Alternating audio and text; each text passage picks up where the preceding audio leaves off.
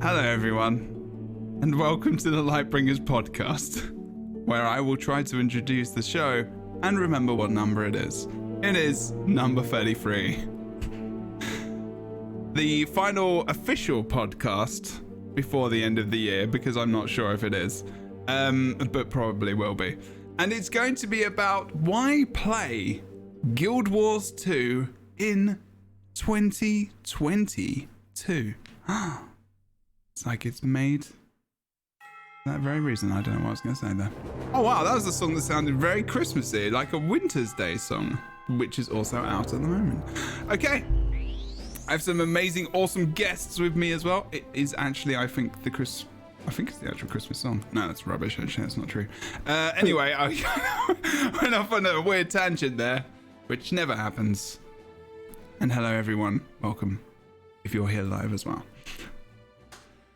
We have some amazing and awesome guests. We have Rook, we have Glenn, we also have Kroof. Glenn is brand new as well to the podcast. It's awesome to have you here as well. At 1:30 a.m. we had a discussion about, yes, it would be awesome. Which is 3 a.m. my time. Oh, yeah, that's right. That's 3 a.m. your time. Yeah, I forgot about that. Glenn, why were you still awake? I ask myself that every night, Rook. I don't know. Right there with you. I mean, I was then also up till 3 a.m. I was My best thinking and work in the night. Lost in Space new episodes came out. I was like, I have to watch that. Okay. New Witcher season today, too. Oh, yes. Fun. Damn it. I already sidetracked. Why are we doing a podcast today? We should all just be watching The Witcher. I don't understand. I guess we'll talk about Guild Wars 2 or whatever. A viewing party. Yeah, we can do it now. But yeah, it is today. Witcher is today. Today is the 17th of December, 2021. If you're watching this or listening to this in the future, because you might be watching on YouTube, Twitch, or Anchor, Spotify, all the things. Spotify has video now. So if you're watching or listening to this on Spotify and you want to see our faces, you should probably do that. Pardon me. You can do that on your phone as well, all the things. Appreciate you all. Hope you're having a awesome holiday season. Whatever you do, celebrate and enjoy. At least I hope you got some bloody time off work and you're listening to this in the comfort of your home with some food or drink or apple teenies. Why didn't we get apple teenies for the podcast? I mean, What are apple teenies? Are they like martinis but with apples? Is it a martini? Yes, it's like an apple. I think Yes, it's just yes. it's a martini inside an apple. It's a really teeny apple that you eat. Oh, cute. I can get into that. I love Rook's face when you're just thinking about it. You're like, that was quite good. Yeah. Okay, we're going to go around, do our normal intros as well. Rook, tell us what you do, where you do it, and any changes that may have magically happened over the last week. Yeah, nothing has happened at all. So, you can find me pretty much. No, I'm kidding. We did have a big change. We finally did the rebrand. It did happen. It is finally here. I couldn't keep Kroof in excited suspense any longer. I decided to just go for it. So as of 2 days ago, we are officially Rookery, ROOKURI on all platforms, which just falls in line better with my name. So you can find me on Twitch. You can find me on YouTube. You can find me on Twitter now, Rookery_. Copying Kroof, who also set that underscore precedent. But all the creation, all the heart, all the same goofery, all the same love of MMOs, especially Final Fantasy XIV and Guild Wars 2. And our big, beautiful, wonderful community are there still. It's the same thing, just new brand, new name. Ooh, flashy indeed. And we have a brand new guest. Glenn is here. You want to tell us a little bit about yourself, what you do, streams, YouTube, Twitter, all the things, and maybe what kind of rough time as well, time zone and stuff. Tell us about yourself. Yes. First of all, thank you so much for having me. My name is Glenn Angel, or Angel in English. I'm a non-binary Dominican streamer. I play predominantly MMOs, mostly Final Fantasy XIV, but I started Guild Wars 2 and I'm absolutely loving it. so much. You can find me on Twitch and also on YouTube at Glen Angel or Glen Angel. And Twitter is Hello Glen Angel. I do a lot of sketch comedy videos. They're a little fun. I have seen and them. yeah. Thank Very you. good. You just like a small amount of fun. You definitely haven't made me straight up laugh loudly at my desk and confuse my partner as to why I'm cackling like a banshee. So Whenever I post a video, there's a chance that there might be a huge volume uptake in the world, but that's just that. Yes, I like I just went onto your Twitter and I just reminded, and it was like, if Latina mothers played Final Fantasy 14, and I just remember watching have these. No Very choice but to stand. No choice. Thank you. Amazing stuff. Yes, please go and follow, and massively appreciate that you're here as well, especially late notice. So thank you for that. Kroof has never been here before. Please tell us what you do and where you do it, and in the way you normally do. Hi, everyone. I've never been here before. hi, Kroof. It's so great being back. What was that weird, uncomfortable smile, Kroof? What about the people that cannot see your face as well? Like, if There are. But you know what? The people that do show up, you all get special treatment. So thank you for inviting me once again back. Hi, I'm Kroof. I do a lot of YouTube videos on Guild Wars 2, and I stream Tuesdays, Wednesdays, Thursdays, and Fridays. And I've been also side projects, been working on voiceover stuff and voice acting, which has been a lot of fun. I'm still applying and auditioning for other things, and I'm kind of just venturing. I'm like coming into adulthood more and just trying to see what I enjoy in life and all that stuff. But thank you all for being here and having me back. It's always lovely. So thank you. Very proud of you, Kroof, for getting that. Yes. That's very awesome. Kroof, are you allowed to announce what the project is yet? Or is it still secret? I don't think so. I shall have to alright, email okay. them in future for marketing stuffs. That's how you know you made it. Yeah, Mhm. it's a work into it's the game is currently under production, but will be released in the near future-ish area. Game production's always good. a little weird. Yes, as we well know. Okay, awesome. Wow. What a lineup. Good peeps. I'm very happy you're all here. Okay. Pardon me. Just had a bit of a smoothie. And coffee now. I hope everyone in chat is well. We are doing this live as well as being on YouTube and all the things, recorded and such. We're talking about why play Guild Wars 2 in 2022. That video that will be copied many times as you watch YouTube, and I'm trying and guess as maybe basically this is a bait title so that people click on it. So that's it. That's the podcast. Welcome to our trap podcast where we're baiting you in and we're gonna. That's it. I That's play your it. games, Jebro. I play your games. Yeah, that's it. Actually, Glenn, this is probably a good place for me to ask you a question. So you have, just to be clear, when did you start playing Guild Wars 2? So I actually dabbled into it about 2 years ago, but as a new player, I didn't understand. So as a new player that's played other MMOs in the past, and how Guild Wars 2's beginning is so different from others, it was a little overwhelming. So I had to take a step away. But then I came back around, I want to say a month ago, and I've been playing since. Nice. That conversation is interesting because we talked about new player experience. We should have got you on then. I might have to do it. I might have to redo that podcast. Actually, I feel like things may have changed. So I feel like I'm gonna be asking Glenn loads of questions now. It's my own interview, yes. This is an interview. Just for I have to say, I was so glad when you came back to Guild Wars 2, because for a long time on the Rainbow Arcade stream team, I've been lamenting the fact that nobody else really played Guild Wars 2, and I kept being like, oh, I love Glenn so much, and I'd mention in passing like, Guild Wars 2, Glenn, and Glenn would be like, sure, yeah, and then the day that you messaged me, you were like, so I'm back in Guild Wars 2 again. I was just like, yes! Like, I was so excited. I just, of course, messaged you. Yeah, I was like, oh, Glenn, really amazing. How is it? Really Yeah. here.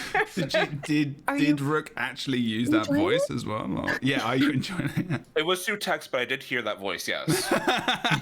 Yes. I do that too with my own like real life friends. I'm like, so like, you want to play some like Guild Wars 2? And they're like, shut up. And I'm like, okay. Wow, I like how you said real life friends. Like if we met you in person, we wouldn't be your friends. This is like... My real friends that I hang out with. This is gonna be like all pixelate. Yeah. Oh my god. Damn. Yeah. But I mean, Glenn, since you've come back to the game, you've been going hard though. You did a lot of stuff. Are you all caught up now, or are you still working through? I'm still working through. I just got my first character level 70, and I'm working on my personal story there. But I'm very close. And I'm very excited, and I can't wait to get the elite specs. Oh yeah. Really, that's the thing. That's where it starts to get even more exciting because your class just kind of opens up. I'm not gonna say anything, but like it is nice, and that's definitely gonna be a big part of our conversation for sure. So it's good to hear that, and also just the fact that I guess this is a first point I wanted to make about Guild Wars 2. Why play Guild Wars 2 in 2022? The core base game is free, and if you're in China, you can play Art Thorns for free as well. Just FYI, apparently, which I didn't know. But like, anyway, we're talking about NAEE region.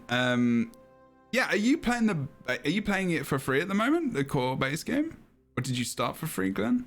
Yes, I started for free, and then you see, that's a part that still confuses me because I did buy the expansion, so I guess it's not free yet, but I did play mostly for free. Technically, yeah. I mean, technically, the thing is now you have access to things like whispering, like, and trading posts and all this other kind of stuff. So you, like, when you do purchase the game, or technically you're purchasing the expansion, which gives you access to the rest of the game, you then get access to like trading posts, unlimited whispers, map chat, team chat, all that kind of stuff. So it's like all these different little features which kind of get added on, which I guess I think other games like Final Fantasy 14 is similar as well. Like you can't do certain things if it's free. So that's kind of the standard thing. But it's good that people have access. Like access is always something that I've always talked about. All of us have always talked about on this show as well as on our streams. So access is a big thing. So that's pretty cool. So you're going to get access to 8 classes. What did you pick though, Glenn? Okay, so I'm sure I'm not alone, but whenever I play a game, I'll start with one class, I'll get to like level 20 and say, oh, that's great. How about this one? Oh, that's also great. How about this one? And I can't have and Guild Wars 2, I don't have enough slots to try every single class. So I have to really hone in. Mm-hmm. And I think I honed in on Thief because I've really been enjoying how I've been enjoying the initiative mechanics. Wow, okay, that's awesome. I don't hear many people like playing Thief as like one of their main characters, newer player wise. That's cool. Really? Yeah. I'm also very excited for the Deadeye because I don't. Yeah. So I've always been like a mage and support type of like player, but something recently I just want to be a gunslinger. I just want to like have rifles and pistols at hand, get to just shoot everything. So I came out blasting. Yeah, exactly. No, that's cool. Yeah, I mean that's what Deadeye essentially is or will be. Yeah. You really love the Deadeye then. The Deadeye. Yeah. I'm not someone who mains Thief, but out of the elite specializations, Deadeye in particular was the one that was the most entertaining for me and the one I enjoyed a lot. So if you like that gunslinger, it's slightly more sniper-esque, but you can of course use dual wield pistols. So you'll have a lot of fun. But now I'm also excited for End of Dragon's Spectre Thief because that's like healing support. So I'm excited for that too. Okay, awesome. So the base game is free, people. If you're listening to why you should maybe play Guild Wars 2, I'm going to try and keep my head on track today. I am going to try. And there's no track with this podcast. We should know by episode 33. This is true. Well, I should know by episode 1, to be fair. Honestly. And yes, there is expansion. So you don't have to buy the expansion straight off. You can buy it maybe when you want to get access to it and you've done the personal story and all that kind of stuff, depending on how much you enjoyed that. of course. There's Heart of Thorns, Path of Fire, and there's End of Dragons, which is coming up in 2022, which is another reason why you play the game. but does anyone want to give us information on what comes with Heart of Thorns and Path of Fire, those 2 expansions? What comes with those expansions? What's good? What's good with them? You get. Would you like to? Kroof, Kroof, you know, you go ahead, Kroof. You know, I'm just you. You do you. Kroof. I'll do a little summary of what you might get, and if I miss anything, Yeah, I'll fill in. You got my back. I got you. Love that. But yeah, so Guild Wars 2's base game is free. You can sign up at any time, create an account, play. Some things are restricted, as we had mentioned, such as like trading post, whispers. If you want to do world versus world, you have to be around level 60, I believe. But there might be some workarounds with that, as there usually are in many games. But when you decide to purchase the expansions, as everyone should, because Guild Wars 2 is so good, when you purchase Heart of Thorns, you get access to the very first expansion, Heart of Thorns. You get to explore the Mugame jungle, and with that, they introduced masteries and elite specializations, which I think are 2 big areas of PVE. Masteries affecting the way that you travel throughout the world and who you can interact with, the different merchants you can interact with. And elite specializations focusing in on that combat specialty, that combat change with each class. Elite specializations as a word is very specific, but I think for the broader community of MMOs, I like to say they're just basically subclasses. I think that's an easy way to look at it as well. And then Heart of Thorns, you get access to a bunch of other things like raids, meta events, armor collections, weapon collections, skins, guild halls as well. That you can now go on adventures to get guild halls for your guild. Heart of Thorns had a lot of features with it. And then Path of Fire. Path of Fire didn't necessarily have as many new features. They kind of just stuck to a few and really emphasized that. The newest one that was by far the best was the mount system. So with Path of Fire, you get access to mounts, and mounts are such a core to Guild Wars 2 now that they're even talks that they're going to allow you to get them in End of Dragons, with being the Raptor and the Springer. So definitely recommend Path of Fire. And of course, they expanded on the elite specs, the subclasses, the story, the maps, armor, weapon skins, kind of the standard stuff. You nailed it. That's great. I'm playing it now. I'm even more excited to keep going. Yeah, that's good. Yeah, I mean, in essence, you get a huge amount of PvP, PvE, and open world content, including things like raiding, fractals, which are kind of the equivalent of instance dungeons, actual dungeons in the base game, which are different than most other games, multi-wing exploratory stuff. But each expansion has brought something new to the table. And yeah, I mean, I think Kroof summarized all the points beautifully. You get a ridiculous amount of stuff to do with no subscription cost, which is, when you look at all these other games where you're trying to figure out how much am I paying each month, what is that going to get me? And then you look at what you get in Guild Wars 2 for, again, free base game and no subscription, low cost on these expansions. It's pretty ridiculous, honestly. It is. It is very, very awesome. Is there anything else? Did we mention the class in Heart of Thorns? That is true. With Heart of Thorns, they added their 9th class, the Revenant, which is kind of a spin on Ritualist from Guild Wars 1 in terms of themes of bringing mist spirits and essences to life and kind of channeling legendary foes and allies to do combat and all that stuff. So it was the 9th class, the 3rd heavy armor, because Guild Wars 2 actually released with 2 heavy, 3 medium, and 3 light. And so the one that was missing was, of course, the medium armor. No, just kidding. It was, of course, the heavy armor. So they did a heavy armor profession with the first expansion. And I actually really like the concept of new classes, and I kind of hope they might entertain the idea down the road. But Revenant is a fun, interesting class. Why don't I keep that, together while Preston comes in and basically would you talk to?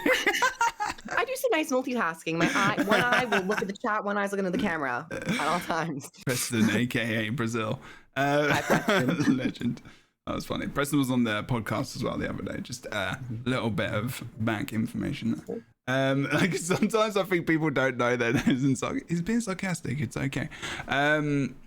So we've got that. We've got this. We've got the other. Let me see. Where am I? Yes, gifts, mounts. as well for EOD. They're bringing a new different mount in as well, which is a little bit of a combination of all of the mounts from Path of Fire, which is the second expansion, which came out in 2017. And something I Yeah, was gonna say, something I would add about mounts is that mounts in the game, when people talk about them as a feature, it's not oftentimes like many other MMOs where it's maybe just something you get to collect for, prestige or for cosmetic purposes or things like that. Mounts in Guild Wars 2 are in and of themselves like a feature. Each one has their own upgradable skill line. They all have different unique abilities and areas that they excel. Some go underwater, above water, some jump through teleportation portals, some have a faster ground speed, some, glide and you can do cool things, some hover. And with all of those different sort of mobilities that they have, they've even worked in content around that. Things like the Griffin trials, where you're trying to fly through this course and get different achievements and speed times. There's even ground races and drift races for roller beetles. There are jump puzzly things for the portals with the sand jackal.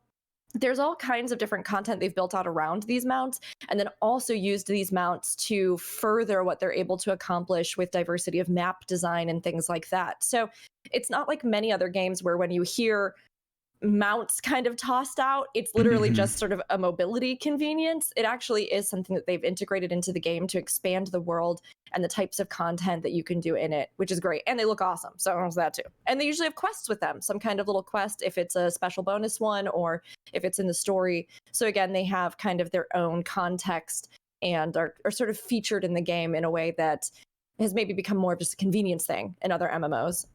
And mounts have like their own type of animations. Like Rick touched on, like they can do different things. Like as a newer player, I still don't have mounts, but like I've seen how like the raptors, like the way they hop around, like zigzag, and the dragons, the way they fly.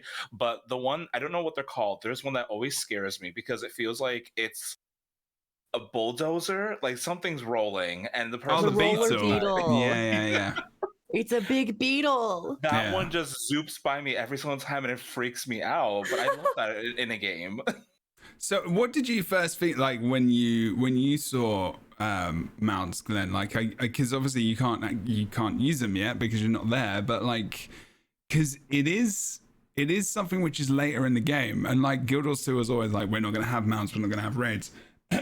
Change their mind, and then what is it like what happened when you first saw one, or what your reactions to other mounts? I know you said the roller beetle gave you nightmares and stuff, but like, yes, that was the first one I saw, and I had to ask people what was that, because I thought it was a mob that had like glitched and was like and like was unleashed or going back to like its spawning point.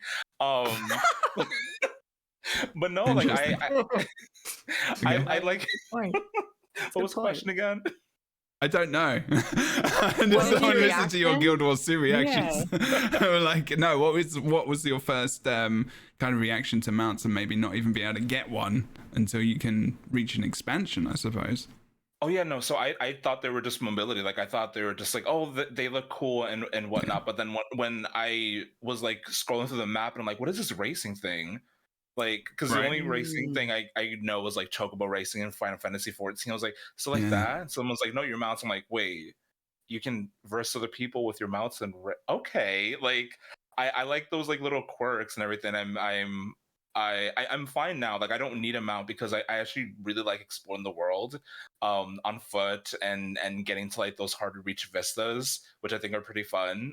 So for now I'm okay, but I can't wait to actually get a mount and just soar everywhere. It reminded me, like, that's something that I actually forgot to put in. I think I was like Path of Fire, mounts, and there's like, well, what comes with mounts? Okay, there's actually races, and then there's like adventures as well, which is like another thing. Because if you got, I almost don't want to spoil it for Glenn, but like, there's different, like, I'm not going to say exactly because there'll probably be new players listen to this and watching this as well. But there's like adventures, like people on the map which are holding little flags, little people in capes. It's kind of funny. And you just go to them and they give you like this course which you got to follow with your mount. It depends which mount you have. So it could be air, or it could be land, it could be, underwater, wherever. And there's another additional thing. Do forget about that. Yeah, actually. adventures are kind of a very small part that was introduced in the first expansion. They're kind of just like little areas in the map that have a slight mini game to them that you can do for very small rewards. It's mostly just like a fun thing. It's not super serious. I don't think there's a huge community around it, but the Heart of Thorns adventures, I think, were some of the best. They had a lot of diversity. So if you whenever you get to Heart of Thorns, if you just want to be like, I want to do something that's a little fun, like a little mini game, I highly recommend the Heart of Thorns adventures. Path of Fire's ones, they were all kind of just the same, like transport something with the mount. It was using the mount, but there wasn't as many diverse options for adventures. Yeah, I think they really wanted to feature mounts, right? They were like, mounts are here. Hi, here you go. They actually do stuff, and they're not just a way of you getting from A to B. Please get them. Yeah. But you bring up a good point that I've also kind of forgotten, and I'm a little sad by, is once you get your mounts, you don't really have that feel of exploring on foot and trying to figure out how to do a vista. You kind of have to cognitively not use the mounts, but it's so hard just to not go on your mount and get to the vista and just complete it. So it has made it much easier, but it also has kind of, from a veteran's perspective, taken away some of the magic of the Vista system, as you have mentioned. But I love to hear that you're actually like fine and you're like, I'm enjoying exploring and doing these Vista things. So that's as a veteran, that's lovely to hear. I think just the other night I was in, remind me, it's the Silvari like home city. The Grove. The Grove. There was like this one, there was this one vista that was up on top of this building, and I kept looking at every angle except the angle that the path actually starts. So I'm like, how do I get up there? Yes. And I'm like, how did they create this? How and like it was just like the whole thing of like trying to like look at the map. Okay, if I go around here, if I jump off of this, maybe I can go here. Maybe the ledge will show up there, and I'm like, oh wait, I just have to like walk 3 steps. Here's where it starts. I still do that. It's almost 10 years since I honestly I think that's such a good point, because so many times people will, like, if they're used to mounts in other games and stuff like that, they will look at a lot of that system and they'll be like, oh my gosh, you don't get mounts until way later. But when you try to explain to them, like, actually the world has a lot of stuff for you to do and see and like interact with. I never regretted when I played through. I could have had the option, like, when I first started, I could have had the option to jump straight into Path of Fire because it was fairly recently-ish out.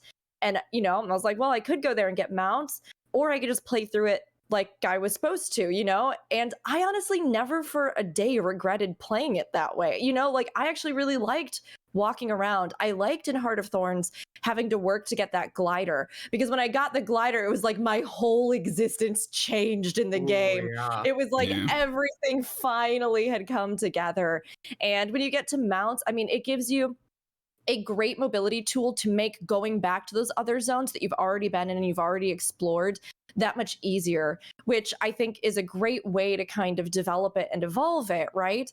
But because they put so much in the world, it really doesn't feel like in many other games where you literally are just like forced to slog along in a nice atmosphere, but probably you're not really going to make any discoveries along the way. So really they're just making you go from point A to point B. Maybe there's some hidden lore, maybe, it depends on the MMO. And they find different ways to answer this question and, differently. But, I think it was a big boon when I even got my partner into the game, and they usually have trouble with like their attention span. I mean, they have ADHD, it's like, it's tough for them. And sometimes if, they are having to like run across maps and stuff, it can get really annoying and they just find that to be really distracting. And I came into the room at some point and I said to, Bebop, I was like, what are you doing? And Bebop was like, I think I found a jump puzzle. And I was like, oh, and Bebop was like, but I don't know if it's one. And I was like, this is amazing. And I said something like, there's guides and stuff online if you find it really frustrating. And Bebop was like, no, I don't want to know if it really is one or not. I just want to find out by doing it. Yeah. And I was like, okay, great. And I mean, honestly, I think that's the truth. Like, you can stumble across so many things. And while they were playing through, they found stuff that I hadn't even found. Yeah. They found like the guy at the bottom of the well that you can like feed food to, and then he sends you letters. Like, they're still down there. They're probably fine. Yes, it's been like 9 they years. found all this stuff. And I was like, that's so amazing. And I mean, honestly, I think the game has that. And if you get into the mindset of doing it and exploring it, the evolution of other things in the game feels natural. Like the evolution of the, things they added in feels natural. You don't feel wanting for it. I personally don't think, although people will have different opinions and play times that they can manage and stuff like that, so. That's the thing. I think, I mean, I write a document normally. Sometimes, it's been a while since I've done one this detailed, which only took 15 minutes because it was just easy. It was just like, I actually forgot to write a big selling point of Guild Wars 2, which you bring up because of your partner's specific experience, exploration. I'll put that in caps as well. I'll bold it later. And I'll give each letter a different color as well. After the podcast. Yeah. No, I'm gonna do it now. Actually, everyone has to wait. But like, there is that real, and I think that comes in with Crew's point as well about mounts, and I'll talk about that in a second. But like, there is a gradual progression and difference in exploration from base game to Heart of Thorns to Path of Fire. So base game is like your typical kind of MMO, but like, these open spaces, I don't think there's many MMOs that do it so well in the base game anyway. I think the only other game I can really think of is kind of World of Warcraft, actually, funny enough. When you first have some great exploration in World of Warcraft, like base game, if you were a dwarf, was awesome. It was so good. But like, I'm talking about the map, like the base. I'm talking about the map. Is this before Cataclysm? Yeah. This was just this is just a personal experience thing. Like, I remember. Like, I'm not saying other games don't have this. I'm just saying. No, like, it's funny because I just think you were like, what? Yeah, I know. Wow, Jebro, such a terrible take. No, I'm kidding. I find my opinion means nothing. Ooh, cringe in chat, F in chat. I just find it funny because I think, again, different games and what they offer in the time period you're playing them will resonate with different people. I always found the exploration of World of Warcraft to be really underwhelming, but the one that really caught me was Elder Scrolls Online, actually. Yes, as in, I was going to say that the closest kind of experience with Guild Wars 2 open world exploration, where like you never know what you're going to encounter as you go around the maps, and little funny things will pop up, and you'll uncover little hidden stuff or achievements or these additional things. And I mean, I think that, again, even the areas that Guild Wars 2 does it really well are even a little bit different than how ESO does it too. But like, in that kind of engagement, everybody will have different periods and places that really spoke to them and really engaged them for whatever reason. I just think that Guild Wars 2, if you sink a little bit of that time in there and you really give it a chance, I mean, it's so fun to just kind of lose yourself on the maps and discover little NPCs or things you never noticed before, little hidden achievements, the diving goggles, all kinds of stuff that's on all the different maps. Yeah, the context. If I'm being honest, that's probably like the biggest thing of why I'm loving Guild Wars 2. Like, as a newer player, like the exploration. Also, I found a way to play Guild Wars 2 on a controller, and it feels like it's an actual RPG. Yes. Okay, that's actually a big thing, because some of the viewers here, like in our community, actually, like, accessibility wise, would really like to know how you did that. I'm thinking about someone specifically in our community as well right now, but like, how did you, I mean, I can, because if it's a program, like. So what I do, my 12-step process. No, basically. Oh God, that might need another podcast. Light a candle. No, so essentially I'm using it through Steam. So Guild Wars 2 isn't available on Steam yet. But I've been able to, just like any other game, import it as a non-Steam game. And there's actually a community that has keybinds set up. So if you open up controller configurations, or if you open a big picture mode, you should see an option where there already are a bunch of people that have like their own setup. And this one person had a setup similar to Final Fantasy 14, because that game I also play controller on. And then I tweaked it a bit, and it feels really comfortable. I thought that maybe, because I didn't know much about Guild Wars 2, I thought, maybe it's because like classes like Elementalists can't do it, but no, Elementalists can do it just fine too. Yeah. Like, controller feels very comfortable. Wait, did you have a PS5 controller? Yes, so I don't own a PS5 controller, but this is one of the most comfortable controllers I've ever used. So that's oh, you don't have the console where you got the controller. That's awesome. No. All right, like, that, you're right. I've got a console. I'm not gonna say. The I actually did say controller, the controller was worth the purchase. I cannot good. spend that much money on PS5. Yeah, it is very good control. That's awesome. Wow. Okay. Honestly, I do wish that Guild Wars 2 had built-in controller support. Just because, I mean, Glenn, I'm so glad you're playing on controller, but like Guild Wars 2 feels like such a natural choice for controller. The way it works, the mobility in the game, everything. So it is exciting to hear that there are ways that people have done it and that you found the way of like importing the game, like an outside game into Steam and then using those controller setups for other people who are looking for an answer. That might be a good way to do it. I know there is, sometimes there are other ports and programs and stuff that you can get that will allow you to map controller stuff and interface with games. I don't know any at the top of my head, but I am hoping that in the future of the game, at some point, they're able to put in built-in controller support, because I would love to add that to the list of why play Guild Wars 2. You know what I mean? Yeah. Like, it is manageable now and you can do it. But it is something where, like, if it was just naturally put into the game and you could just choose at the start, play with controller, sync control, like, oh, that'd be so nice. And it feels like I'm playing like an open world RPG, at least in the base game. Like it feels like I'm relaxed, like because I've actually never used to be like a console player before. I used to always play keyboard and mouse, but recently when I started like doing raiding in other MMOs, I would start getting like cramps, and I've always been afraid of carpal tunnel because I'm a musician. So then I switched to controller, and now I play mostly every game on controller. And Guild Wars 2 was the game I put off whenever Brooke said, "Hey Glenn, so Guild Wars 2," I'm like, "There's no controller support, so I can't. Sorry." But now that I found a way, now I'm able to enjoy the game the way I play games. That is awesome feedback, actually. Like, as someone like, access as well, like being able to play it, like finding it through Steam. So that's interesting, because Guild Wars 2 is going to be available through Steam in the future. And like, if people aren't, because there's going to be many people who aren't like with the way of how you came across that way of getting the controller set up, like less technically minded peeps, like, which is a lot of people, people just want to play a game. That's not the thing they do. They, that's the kind of stuff we all do. They just want to jump in. That's not something easy for them to do. That's cool. That's actually very cool. I didn't know that. I know there's videos about how people have done it out of Steam, and it's very complicated and convoluted. But like, which is probably why no one's trying it. Those look very scary. Honestly, there's a lot of buttons there. I'm like, I would not be able to do that. Yeah, exactly. That's and particularly awesome. with Guild Wars 2 and your comment of like an RPG, I think not only just the controller accessibility is something that kind of needs to be implemented, but it would fit so well because of the camera functionality in Guild Wars 2 and the amount of options that you have with a camera. Yeah. You can really play it like a classic RPG, just like position the camera to be over the shoulder. You can change the field of view.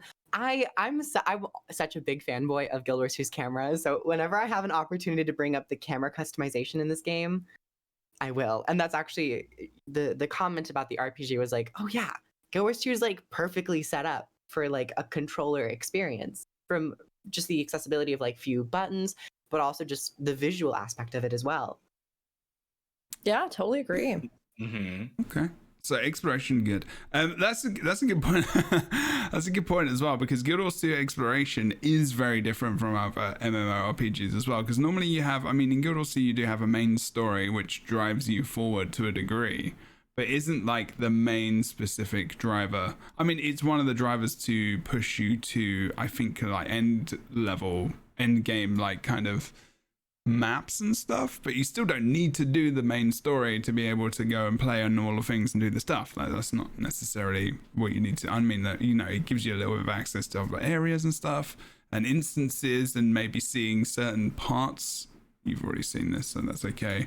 Like Old Lion's Arch and stuff like that.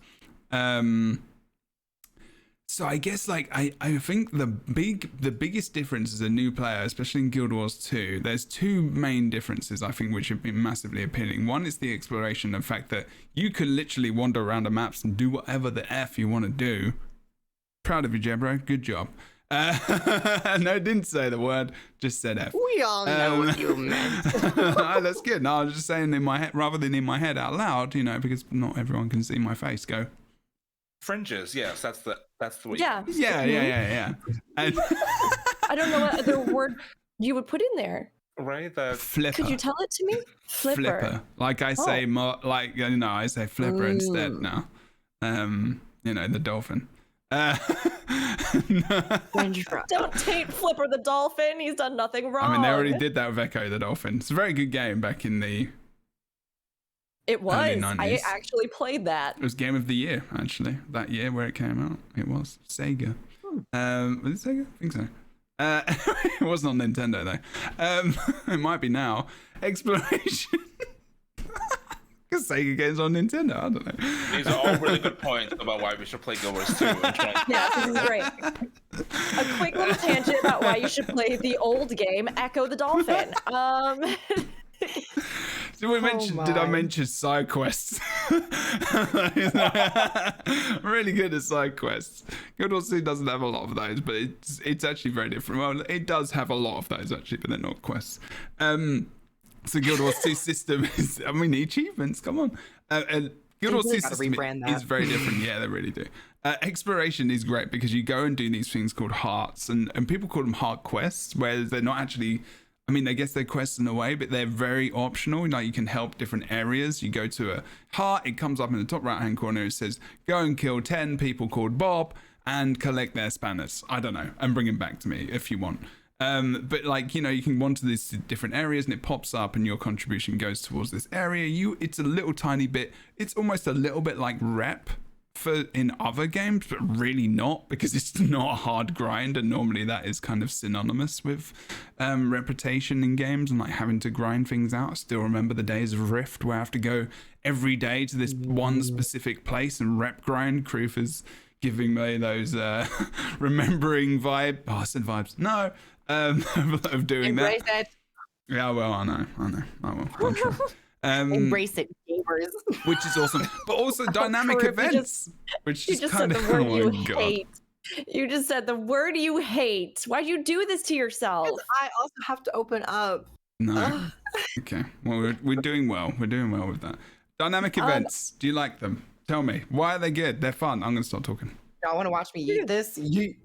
Nice. That was great. That was good eat. I will pose both sides of the hearts.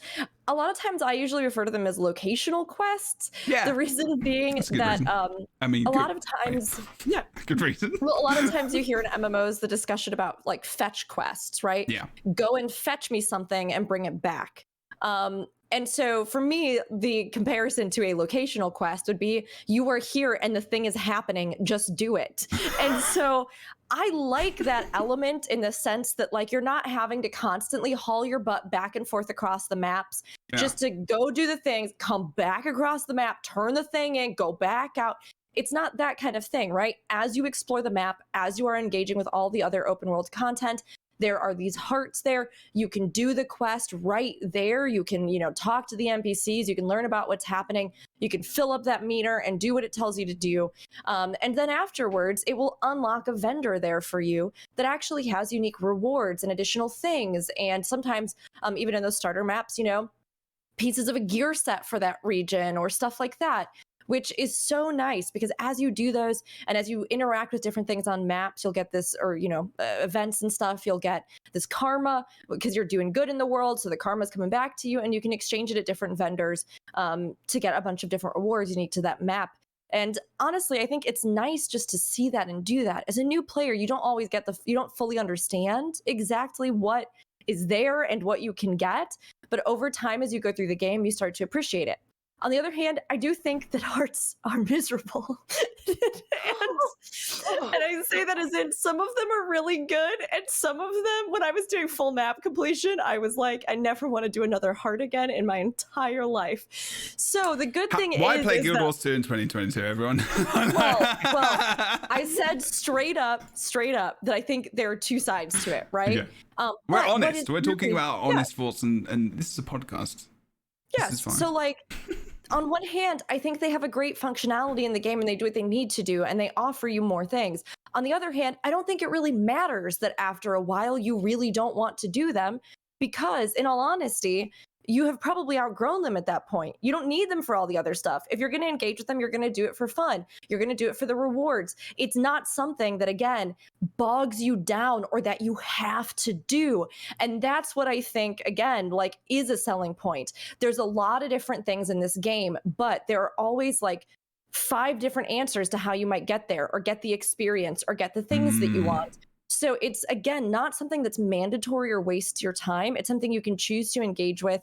And while I think some of the designs of hearts are better than others, the amount of things you can do in the map means that there is always a lot more stuff that you can choose. So even if you get to the point where you're like me and you're like, I've been trying to do this and I'm so tired of doing hearts, you can go do something else, you know? Like, it's not a mandatory requirement in the game. And what's also nice about hearts is, so like hearts are like the quests in the beginning, because a lot of MMOs, we know we do quests to level up, but sometimes we might get like, I can't think of the word, but like essentially overwhelmed about like, oh, is this quest worth it to get this one? Because again, like Brooke said, like you'd have to like go from location to location. You're just moving to the map and here it is, you do it and then you keep on moving. Like there's no like having to like essentially think, is this worth my time? Am I just going too far to not, do I need to get like 5 quests at once that maybe I can all do in one location? Like it helps, but at the same time, as like it also can be a bit confusing, because when you open the map, you don't see them immediately. Like you have to go to the area for them to then show up. So it as like a newer player, I remember I was like, wait, what am I even doing anything? Like where are the quests? Where's everything? What's this heart? What does it have me saying? But then after a while, you get used to it. It's part of like the actual just exploration, and it does help you level up pretty fast. I think sorry, go on, Chris.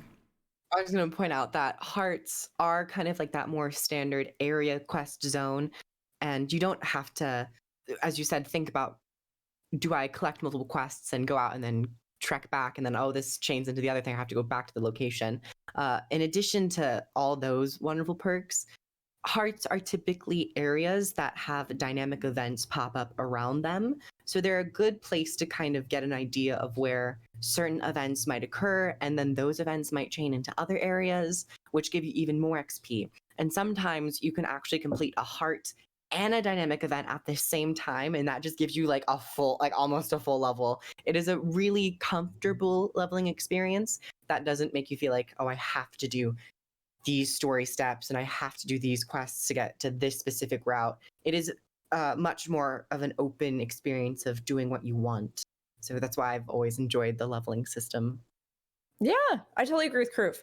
I mean, like, me, again, me with my hot take on hearts, it's literally just from, like I said, the point in time where you look back and you're now a veteran player and you outgrow certain content to a degree, right? Yes. So it's like, it's one of those things where I think they do exactly what they need to do really well. And Kroof, you're totally right. Like, I love the way that they've designed them in regards to having other things that are happening. A lot of times those hearts will even give you, like, let you get your bearings in the world. And again, you can choose to do whatever you want. So yeah, it's not like they make you go to some little NPC who's like, do 500 quests for me and pick 50 million grapes. Why do they have to have an English accent, Rook? Is this like some kind of like, you know? They always have to have an English They always have to. We're leveling in Caledon Forest, Jebro. I mean, Silvara, yeah, I guess so. Jebro. So it's not like they're forcing you to do any of it. You can get experience. And this is huge. You get experience for every single thing you do and interact with on the map.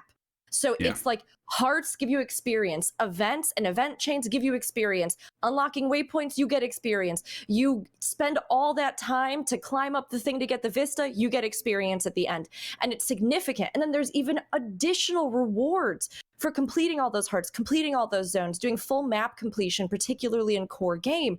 You get some really good stuff from it. Like, such good stuff that people still sell or use or farm for so many different reasons, even now to this day.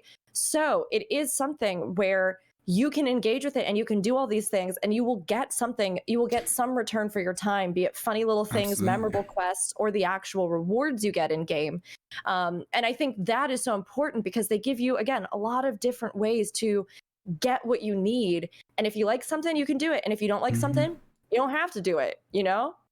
And it feels like you're actually playing an MMO while you're leveling. Yes. Because so many MMOs, when you're doing quests, you're by yourself. Or there's someone else there and you're hoping they don't take your mob. And so then you have to wait for another one to spawn. Like, that's what I love about dynamic events. Like, we're all like either defending something, like escorting something, attacking something. And it's like all you know, we're all doing something. And that's why I like. That's why I play mostly MMOs, because I love seeing random players and sometimes being able to talk with them, or just seeing like their models, or seeing what class they're playing, and just like feeling like there is like a group of people doing something I'm doing, that it's not just me by myself, this one open world. I like Absolutely. that you said that. That's the fact that you said, like, and Chris said as well, like, you share in the things with each other, like, you hit a mob, like there's someone else is hitting, like you said, you wait for a respawn on a mob and you don't hit it. Like in a lot of MMOs, even modern ones that are still coming out now, you don't get the experience for it. Like in New World, for example, like if you don't do enough damage to something, like when everyone's hitting it, you don't get like the actual kill, which is really annoying for a brand new MMO. Really? Yeah, it's silly. Like you have to do enough damage. So if you're a healer, like wandering around with a heal staff, you do damage. Like you don't, even if you just hit it once, you don't get credit. But in Guild Wars 2, you do. Like you just like, if it's that mob specifically, even in an event, you just need to do a little bit of damage. You get there last second, like world boss, do a couple of hits, you're going to be okay. I think sometimes, obviously, if you do one hit, maybe not. But like you need to do something to it. I even think like support can contribute to events. I believe it's a lesser degree, but doing healing and applying boons and resurrecting allies, that it's all about what play style you want to play. If you want to play that more group support, you can do that and still get credit for it. But definitely damage is a very guaranteed way of getting credit for events. The one little thing I'll talk about in terms of hearts, for people who might like more of a story, there is some aspect, kind of what Rook is saying, of like a coin, like there's a good and a bad. With hearts, though, you sometimes miss out on lore or world building to a degree, because you have to interact with the NPC to get more of that information of the area, who they are, what's going on. But once you do a couple hearts, you realize you don't have to talk to anyone. So I feel like sometimes, I know especially me, I just never talked to them. I never talked about the lore. Once I completed it, I went to the merchant, I sold some junk, I picked up a new item, and that was it. So hearts, while they do function really well for new players in an open world experience, you do lose a little bit of that world building, a little bit of the lore aspect that quests and other MMOs can provide. See, look, we're doing it. We're doing the things where it's like, do you play Guild Wars 2 in 2022? But also we're giving you the other side. We're not just giving you the biased, do all the things, this is awesome. And not many videos do that, people. Okay, we're giving you our honest opinions about the game specifically. But we're if you want the story, interact with mobs. I mean, that's why you should hit the like button and subscribe. Yeah, obviously. Yes. I mean, I actually think that's such a good point, though, Kroof, and it does actually dovetail into something that I think is this game's strength. But you have to know about it, right? And that's its active and engaged and on-the-fly storytelling. Like when I first started playing the game, I was so used to other MMOs where you sit down and if there's going to be story, again, it's like, here is the very obvious scripted thing that is in front of you. When you sit down, I was like, what? Well, you pull like out a chair, I mean, you can do that in Elder Scrolls. Yeah. All right, okay. But like in Guild Wars 2, from the get-go, they wanted the game to have more of an you are actually in the moment you are living as you experience it, and the things that are happening with you and around you. And of course, at times you will have conversations, and in the core game, we have those little cinematics, and there are, additional things that go on. But it took me a long time in this game to realize exactly what you said, that if I wanted the information, dialogue, and lore, I had to literally, in the moment, choose to talk to people. If I was in a story instance, I had to hang out near the NPCs that I wanted to hear story from, to hear their conversations. I needed to linger by groups in those instances to actually hear what they were going to say and read and listen and like figure out what it was, because I wasn't used to there being anything relevant once I was put in the moment. And so like, that's how it is in so many MMOs. They kind of will give you the relevant stuff, and then you just have people who kind of run around and do their generic NPC stuff. But lo and behold, when I started actually like waiting and walking alongside NPCs or events out in the world, or like you were saying, talking to the NPCs at heart points, the more I started to think of it as how would I engage in this moment to learn more? I would talk to them. Do I want to know more about this ally? I'd go over by them. Do I want to know more about this story, this person, this thing in this moment? Then I'll go be there and talk to them. The more that I started to realize that, especially for players who have a lot of difficulty with a ton of text and unvoiced text, this game will never burden you with that. Everything is voiced one. All of the has like directional things and sound things too. So like I said, if you want to go listen to something that an NPC has to say, run up to that NPC and you will probably hear them say it, even during events, you know? In your story, same thing. And because of that, you are free to engage with or not engage with the story, I think almost as much as you want. Like you can just focus wholly in your duty instances and on your instances as you go into them, just on the combat part and get them done. Or you can really go around the world. You can talk to all the people at the hearts, but you are always given a choice to engage or not engage as much as you want. And for some people, that instantly makes the game grab them more than in many other games where you have to either choose to just adhere to the way that they're going to tell you the story or not play the game, you know? Yeah. I apologize for a tiny little bit of sound over the stream if that was something that came through everyone. I literally went to go and follow Glenn because I was like, I realized that I had it and then no one said show. And it was an ad and I was like, damn, please go away. I'm pretty sure it didn't come through. Oh no, not that loud video. I'm so sorry. No, it's not your fault. I was like, I need to go. I was like doing the thing in chat. Please go follow everyone. Brooke, yes. As always, like all the good information. I'm loving everything you're saying, but like sorry. Oh, you can go. You were doing a hand thing, so I was like, you haven't spoken in a while, Jebro. You can. This is my podcast. No, I don't need to talk. Like I'm just hosting. Yeah, like I'm just hosting. Jebro one, Brooke one. Okay. No, I was gonna say, quick point. I feel like the talks about loss of world story. It gets better in the expansions. I think in core game, it kind of suffers a little bit. In expansions, it's a lot better. There's like just dialogue playing when you're doing events, which sometimes happens in the open world, but they really leaned into it with expansions. So, yeah, I don't know. Like, where are we now? I need to like kick off for some of the stuff on my list now. Okay, so all right. I said there were two main things when I started off in terms of like what I really enjoyed about Guild Wars 2. The reason I said World of Warcraft as well, because you said ESO, and I actually think ESO does a really good job apart from jumping, which is weird. Oh, it's so bad. It's like every single interactable item furnishing anything has been slathered in butter, and you have been slathered in butter, and you try to jump on something, and your character's just like, but just off somewhere else. Literally a newborn deer trying when you jump just the way. Also, I love how if you're falling down, you can manipulate how you're sliding across like the edge so you don't take fall damage and die. Because I'm too used to Final Fantasy 14 where when you fall, if you're not in combat, you live with 1 HP. But that's not how that works in nearly any other MMO. So no, that's true. Guild Wars 2's jumping and the way that you move and interact in the environment and the jump puzzles feels amazing. And it makes exploration better for it. Yeah, exactly. It really does.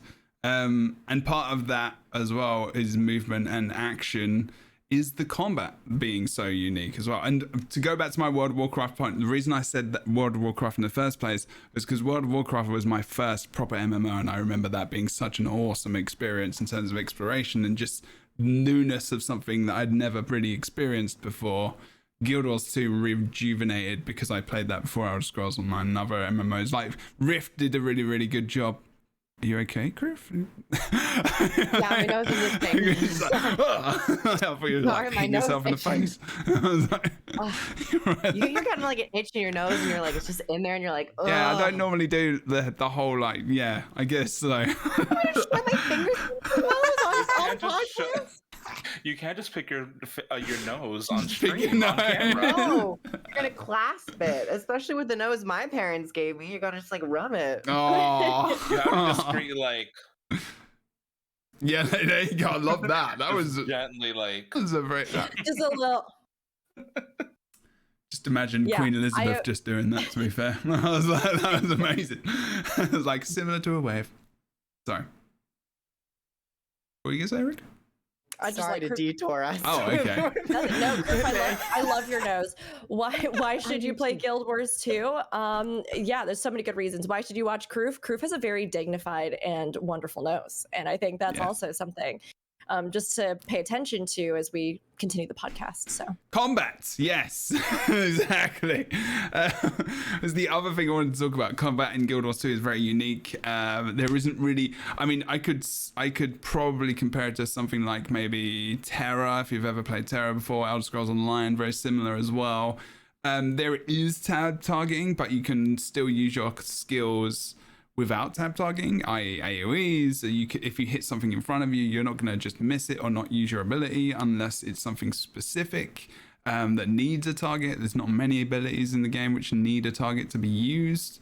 I mean, guess Deadeye is one of those targets where I think it actually kind of does sometimes, but like, you know, Thief is more of like a stealth / shadow stepping class, which is like a teleport 2 player, which is one of the abilities which you need to have an actual target. But otherwise, the combat is very fluid. You don't need to stand in a spot and cast your abilities, and you don't need to. You can walk around and do that. There are a couple of casted abilities, more than a handful, but you can still run around and cast those. There are some which do put you in place, but like, there's not many. It's not like every single ability. Like I was playing.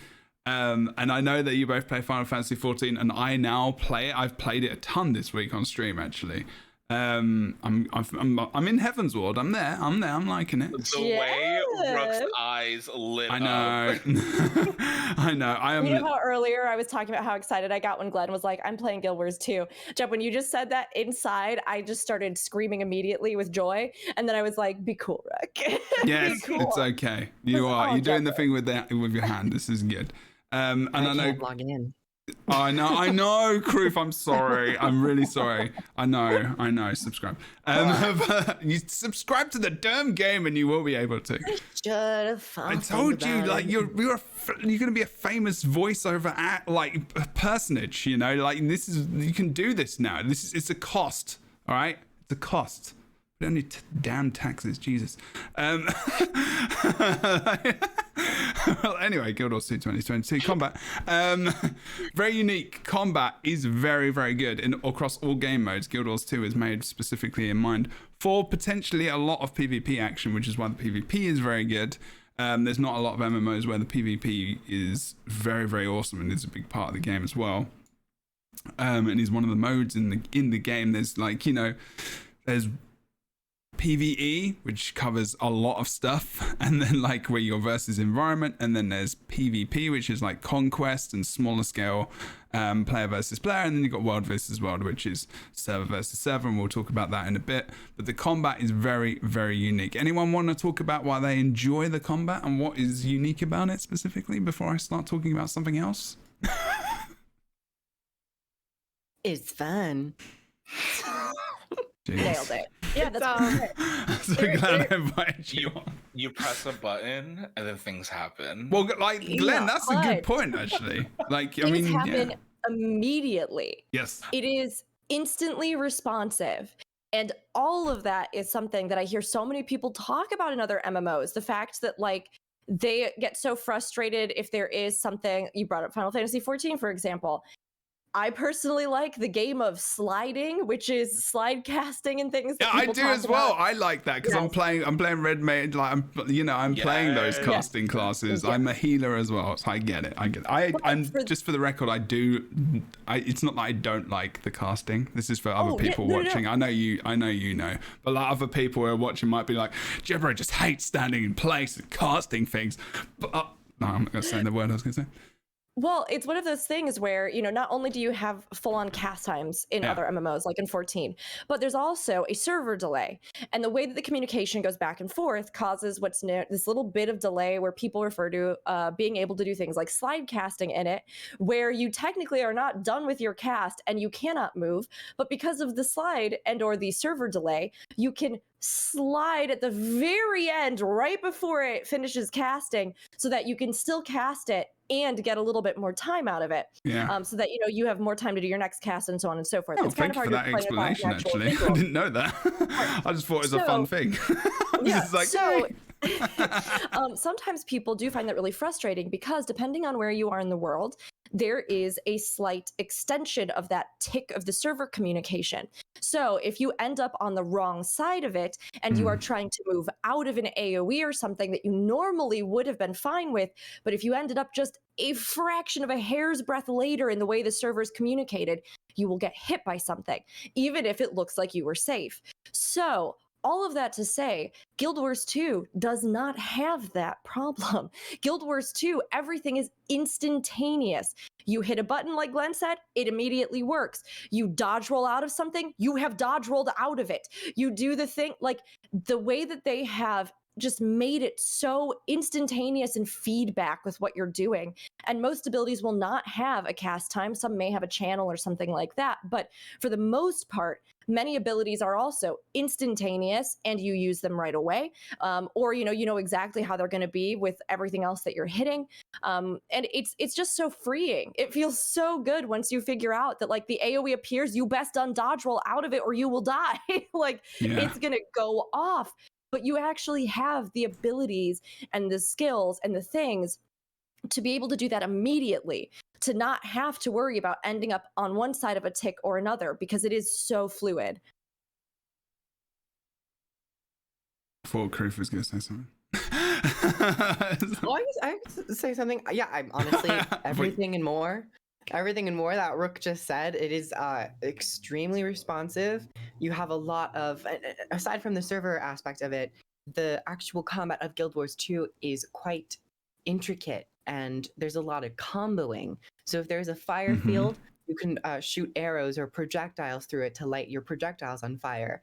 And that was a very big selling point early on. And I feel like as the game has gone on, people might have forgotten about it, and it's just something that kind of naturally happens now. But from a new player's perspective, I would say like really focus on those details. Like the combat experience of Guild Wars 2 is very fleshed out and nuanced, but it is very fast, and I feel like it's actually gotten faster as time has gone by because they've gotten rid of cast times, they've gotten rid of certain abilities that have you stand still, which definitely increases the fluidity. But maybe the fluidity is getting slightly fast. So I would just say if you're a new player, take your time with the combat. It is somewhat of a learning curve when you get to, if you are interested in PvP, it is a bit of a learning curve. And I kind of miss some aspects of the strategy, what you're saying, Rook, and how I also tab targeting, sitting still, preparing something and casting it. I think there is a lot of value in that. So there are some skills that do that, but I feel like we've lost a little bit of that.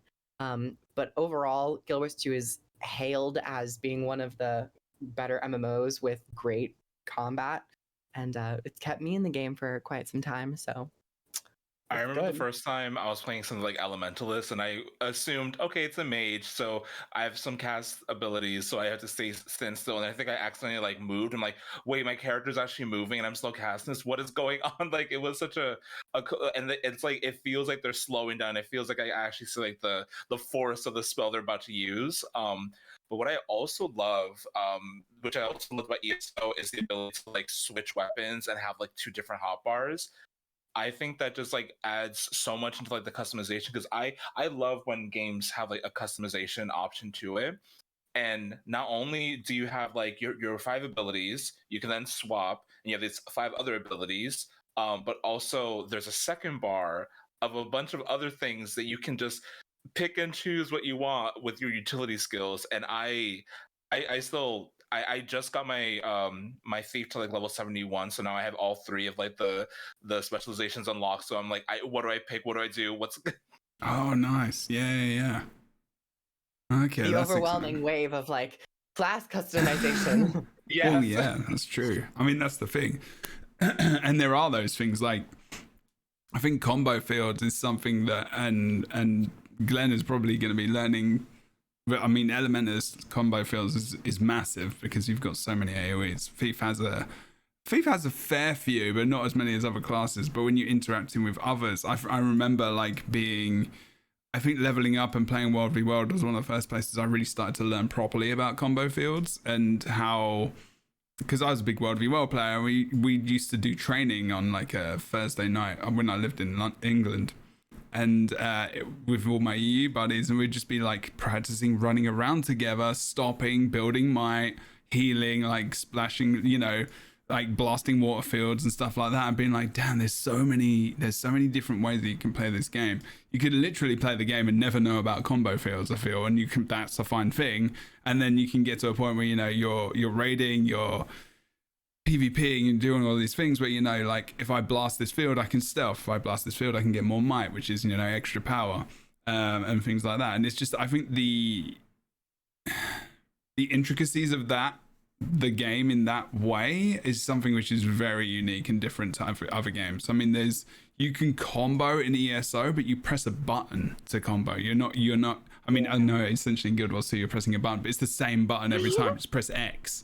You press X to do more damage, like or something like that in this field. And it's like, well, I have to use a blast, so I have to think about where my blast is, and I have to make sure I'm on the right weapon set, or I use a utility, which is a blast combo finisher, or I use a projectile, which can fire through this field.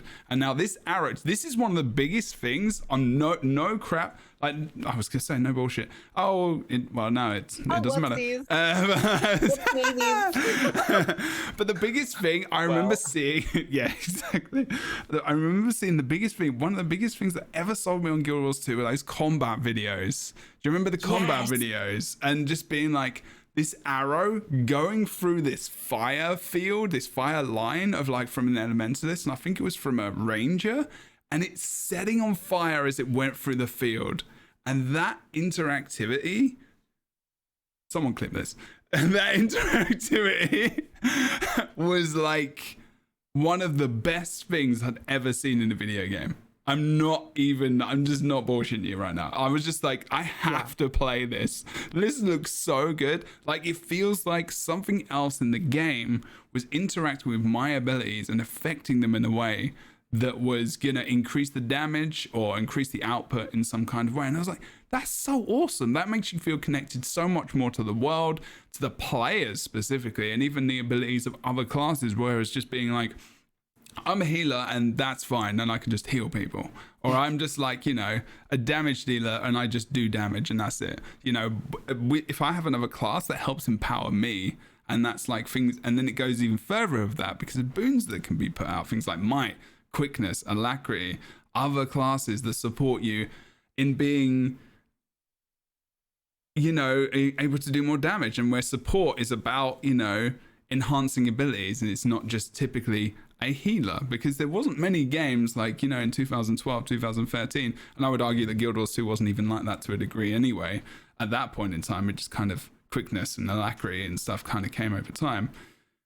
Where a lot of games did start to go in this way of like, a healer isn't just like, supportive. It's not, supportive characters aren't just healers. They're now buffing damage and stuff as well. And I think Guild Wars 2 is one of those games that first did that, or first started to do that.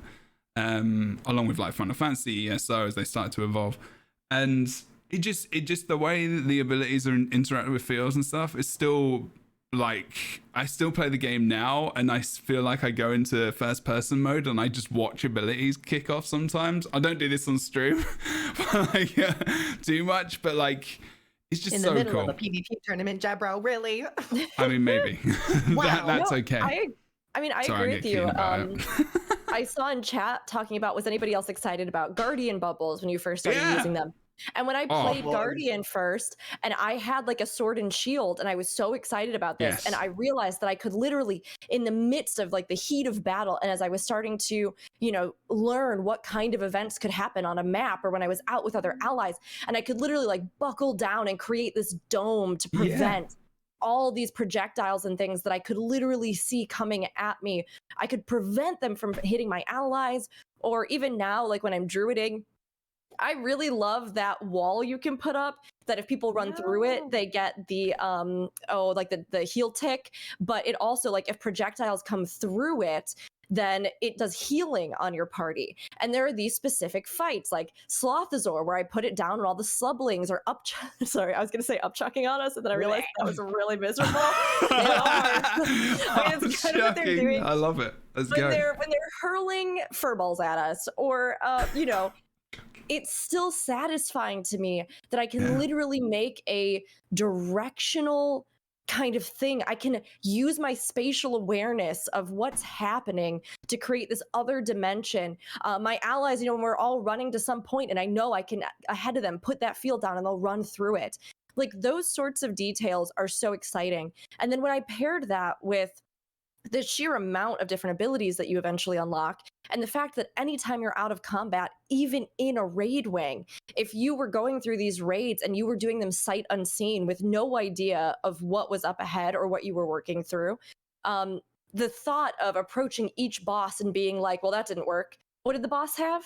Okay, so we need to find some kind of CC. Okay, did we get a lot of toxins? Okay, we need to figure out how we can cleanse that. And in the moment, in the middle of a raid wing, to be able to go, what do you have? Does that cleanse? Okay, what do you have? Does that do a C? Okay, I'm going to put this on. I'm going to spec this out. I'm going to switch this class. I'm going to do this thing. There are no other MMOs that make it so easy in the moment to just immediately switch things, to adapt your fight style, to adapt what you're doing, to solve the question they're posing you. And to me, I just think that's such a huge success when you have these abilities that if you really learn them, there's a ton of nuance and depth. Then if you really start paying attention to what's happening, you can adjust what those abilities, like what they are, where they are on your bar, how you're using them. And then there are all these other layers like the CC bars and all this other stuff, again, where it's not something that new players cannot just get into and have fun with. They can. But if you want to really, really learn more about it, if you really want to break it apart, if you really want to pick the right skills for the right thing, that's a much longer journey with this game. And it's deceptively simple at first glance because it just feels so good and it flies by so fast, and you can make a big, impact no matter what level you are, where you are, because it's all the zones scale and everything. But the more you dig into it, the more you realize there's so many cool complexities at work. And it's really great to see how they do that with so many skills and so many things in this game. Now I'm excited. Yeah, I'm trying to show, because I know that Guardian bubble Those ability. combat videos were such good marketing that I'm like, I would love if they did like an updated version of those videos, like in modern Guild Wars 2, where they showed off combo fields and the new elite specs comboing with each other and in a group setting. I think showing the combat of Guild Wars 2 is one of its biggest strong suits that I'm surprised more trailers don't focus on the combat. Like a lot, especially, I know we're talking about End of Dragons right now, but End of Dragons, we haven't really had any combat trailers. And I'm like, combat is like one of the biggest perks of this game. So I would, I can't. It's so good. Combat is fun in Guild Wars 2. I mean, Glenn, if you took, I've got nip out for like 2 minutes, but like, Glenn, tell us about your kind of combat experience when you first kind of got into the game and what you thought about like combo fields and stuff like that. I'll be back in 2 minutes. I really have to go and talk to a builder apparently. Again, this is still happening. I know I have like, work going on in my apartment. I can hear people knocking at the door. And normally it's to ask me if they can do something. So I'll be right back. But yeah, continue the kind of combat discussion, I guess. And if you want to relate it to maybe raids and World v World and PvP and how maybe that interacts. And then obviously your first impressions of combat and stuff would be lovely to hear as a new player as well. Yeah, so I didn't know about combat like fields until recently, because I remember I would look at my abilities and then see, wait, what is this? Combos with smoke field I didn't understand what that was, and then I think I was trying to get into like my foot into like structured PvP, and I was playing as a thief, and it's still very scary as a new player playing thief in PvP. But they're saying about like how I can stealth everybody. I'm like, wait, I've read my abilities. What do you mean I can stealth someone? It's like, wait, no, if you like shoot your gun to put this like field of smoke and then switch to your short bow and just like fling bullets into it, everyone's like invisible. I was like, wait, what? So that's like one of the only ones I know so far. I've been trying to find guides, but I don't know, maybe I'm not like searching for the right thing. I know it's been difficult for me to like find information how to like people actively combo their stuff. I think there's one ArenaNet partner and content creator, Mighty Teapot. I think he has a video going into the intricacies of combat because it's very superficial on the surface of it. It's like you deal damage, you heal, you dodge, all that stuff. And even dodging is a little intricate when you start to get into it. But you do encounter these things like combo fields and how a fire field will act differently if you blast in it versus if you're in a water field and you blast in that, or a smoke field and you blast in it and it stealths allies. And then you have other things like conditions and boons, and then unique buffs that certain classes apply. So it, as you were also saying, Rook, it does act very deceivingly easy or simple. But I would definitely recommend Mighty Teapot or just searching like beginner's guides. I don't think a lot of beginner's guides go into the whole combo field aspect because it is somewhat more nuanced. But I think there are a couple things. But honestly, also the Guild Wars 2 wiki is a good resource as well. If you just type in like combo fields, a whole list of combo fields will come up, and like projectile finisher versus a blast finisher versus a leap finisher. There's a whole different interactions with fields, but they're quite exciting. Doesn't water like heal or something if you blast in it? Yes. So projectiles will apply regeneration, healing over time. Blasting in a water field will do area of effect healing. And I think leaps also do healing. I'm pretty sure they also do healing as well. And then there are things like you have water, and then similarly, you would think of like ice as well. Ice is its own combo field. Projectiles, I believe, apply chill. Blasting in it will also apply chill. And then I also think leaping in an ice field applies a unique ice frost aura, which reduces your damage. So there are these things that when you start to go down, you're like, oh, wait, you can get very unique things out of that. In solo play and in small groups, it's something you can be very more conscious of. But when you get into more map situations with many players, there are so many combo fields going on that it's a bit more challenging to consciously decide like, oh, I'm going to blast in the smoke field and get stealth, or I'm going to blast in the water field. At a certain point, when you're in these large groups, you're kind of like, I'm just going to start blasting and see what I get. But yeah, it's a fun, intricate thing. And I highly recommend just taking the time to just pause and even activate your skills. And that's another thing we didn't mention. You can just activate most of your skills whenever you want and just test them out, which is like such a cool little thing that I was like, World of Warcraft, you needed a target. Rift, you needed a target to activate your skills. In Guild Wars 2, you can just like place down your field and then try blasting in it or try shooting projectiles in it and just see what happens.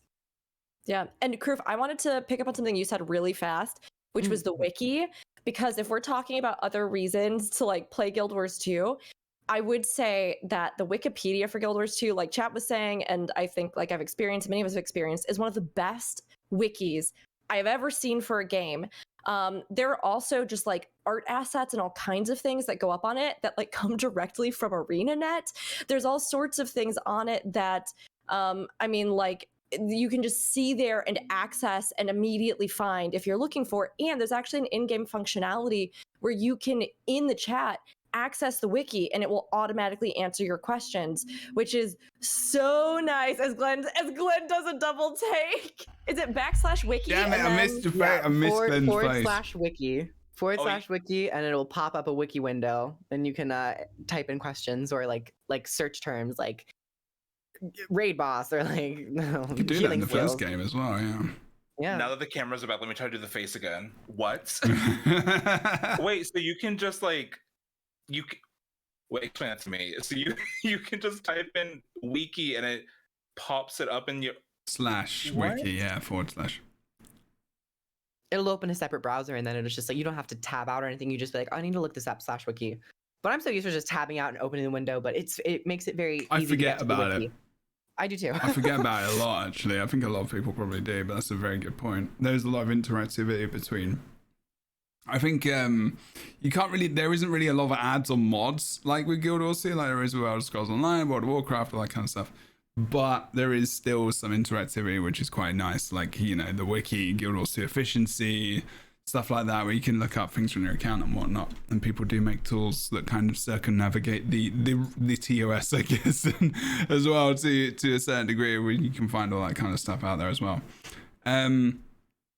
Okay, cool. Combat is kind of done, I think. It is a huge part of the game, which is why I want to dedicate to a little bit of information. Did we talk about Downstay at all, which was very, very unique as well as the Guild Wars 2?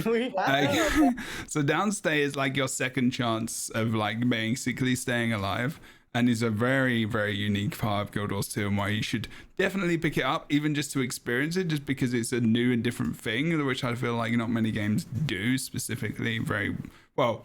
You can res people I feel like Downstate in Guild Wars 2 is kind of like if you're dead in other games but you can't res them, like you can't res them in Guild Wars 2, but in other games you can. So like in Final Fantasy 14, for example, you can resurrect with an ability if they're full dead.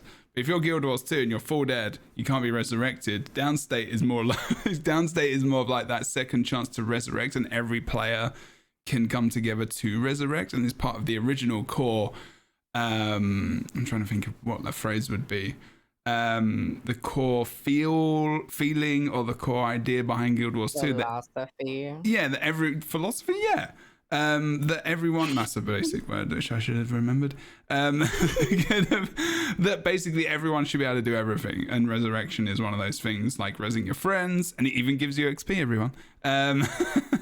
Everything in the game gives you XP, as per what Rookery said earlier. I said your name for the first time, that's nice. Didn't feel right. Exactly, It feels so right. It just stings in my ears. Okay, nice. I got tinnitus.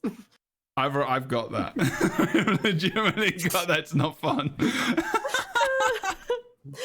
Yeah, Downstate is awesome. I actually really love Downstate.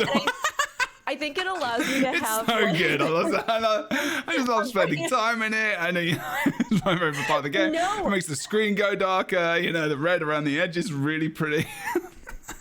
You're sassing me. It freaks out. Don't worry. I don't get to sass anyone, okay? That's true. Glenn, don't worry. When I first started playing too, because I was used to so many other games that didn't have this, I always felt like I was in the naughty corner, that like I was in timeout if I got downstate, and that everybody would look at me and point and laugh and be like, look at them in downstate. That is embarrassing.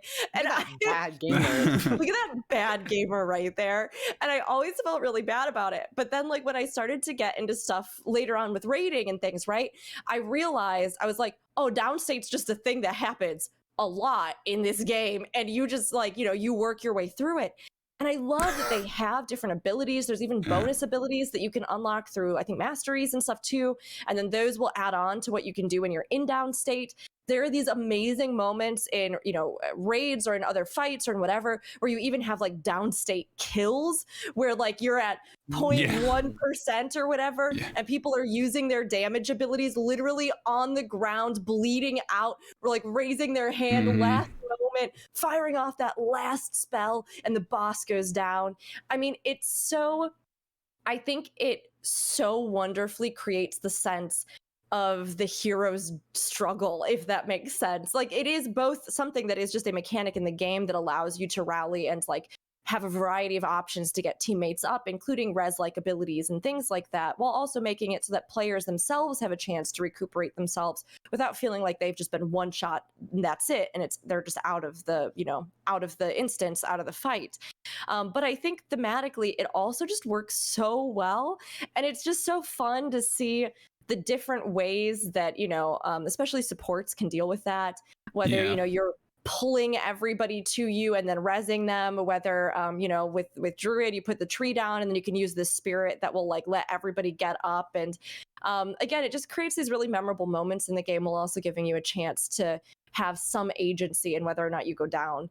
And I like that personally. Yeah, absolutely. In PvP, it works well as well. Sorry, go. Especially in PvP. And talking about PvP, it opens up another avenue of a support playstyle. So there's a lot of different support categories. There's like raw healing, barrier application, which is like shielding, similar to like a scholar or a sage. There's boon uptime, boon extension, which is like focusing on applying buffs. And then there's like another type of healer that I would say is like a resurrection healer that focuses on not like using a spell to get a dead player back, but focusing on allies who are downed in their down state to help get them back up so they don't die.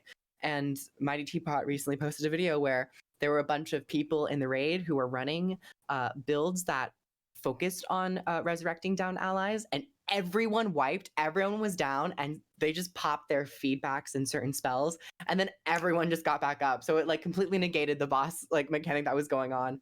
And those are like the small little moments when you get to higher level gameplay that is like, it feels so satisfying, it feels so nice. But even out in the open world, if you're doing a group thing, if you're running a resurrection build, or even if you're not, interacting with down players still feels very satisfying. And it's very common when you go to resurrect someone, they'll always type like "thank you," like TY, and you're I feel bad if I don't. It's true in PvE. Yeah, I'm like "thank you," and you just type "NP," no problem.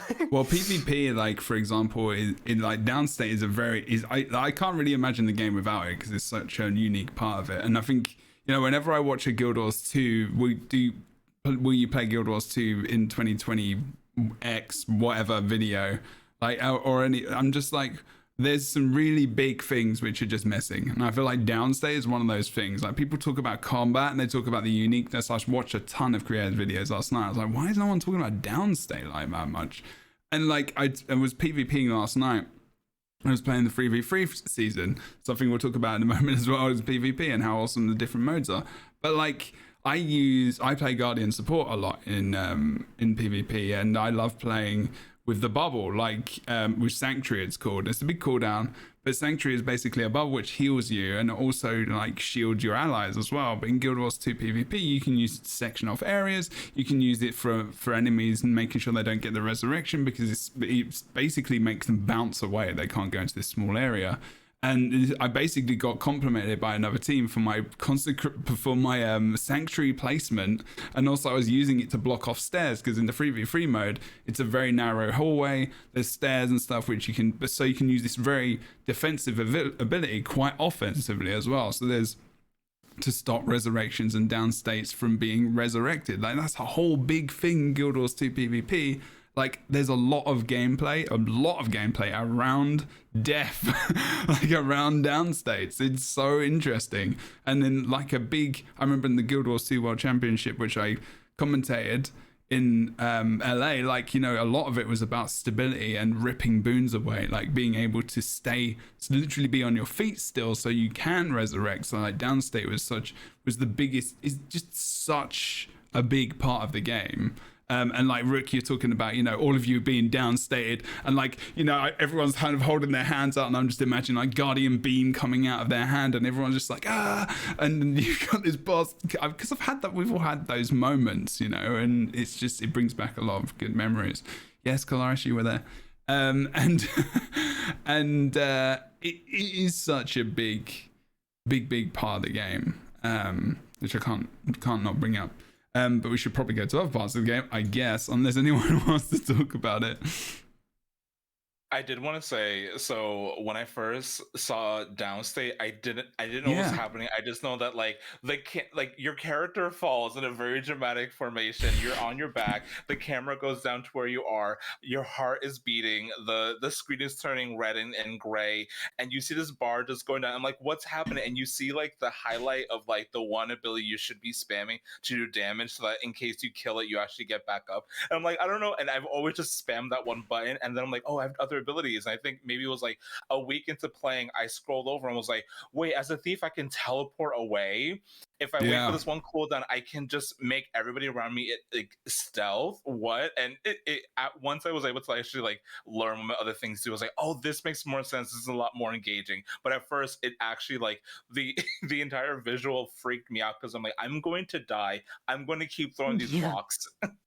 Well, that's it. I mean, like the hype behind that. I mean, it's like, you know, you can rally as well. We didn't even mention that. You can rally yourself by killing an enemy. Good point. Like, and that's a massively good point. Like, if you're on your own, you know, downstate and something is low HP, if you kill that thing by throwing a rock or, you know, whatever, you can get back up, which is even better because it works if you're on your own. So it's pretty damn cool. Yes. And it adds another layer of like combat understanding because other professions have different abilities.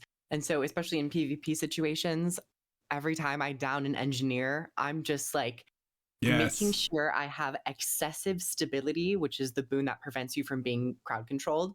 So I'm like, because they both of their downstate abilities will CC you. So and it gets so annoying sometimes, or like someone will just teleport away or stealth. So you have to it adds a layer of like, oh, I'm fighting this class, I'm gonna down them, or I'm fighting this class, they're fine, I don't really need to down them right now, they can just stay there.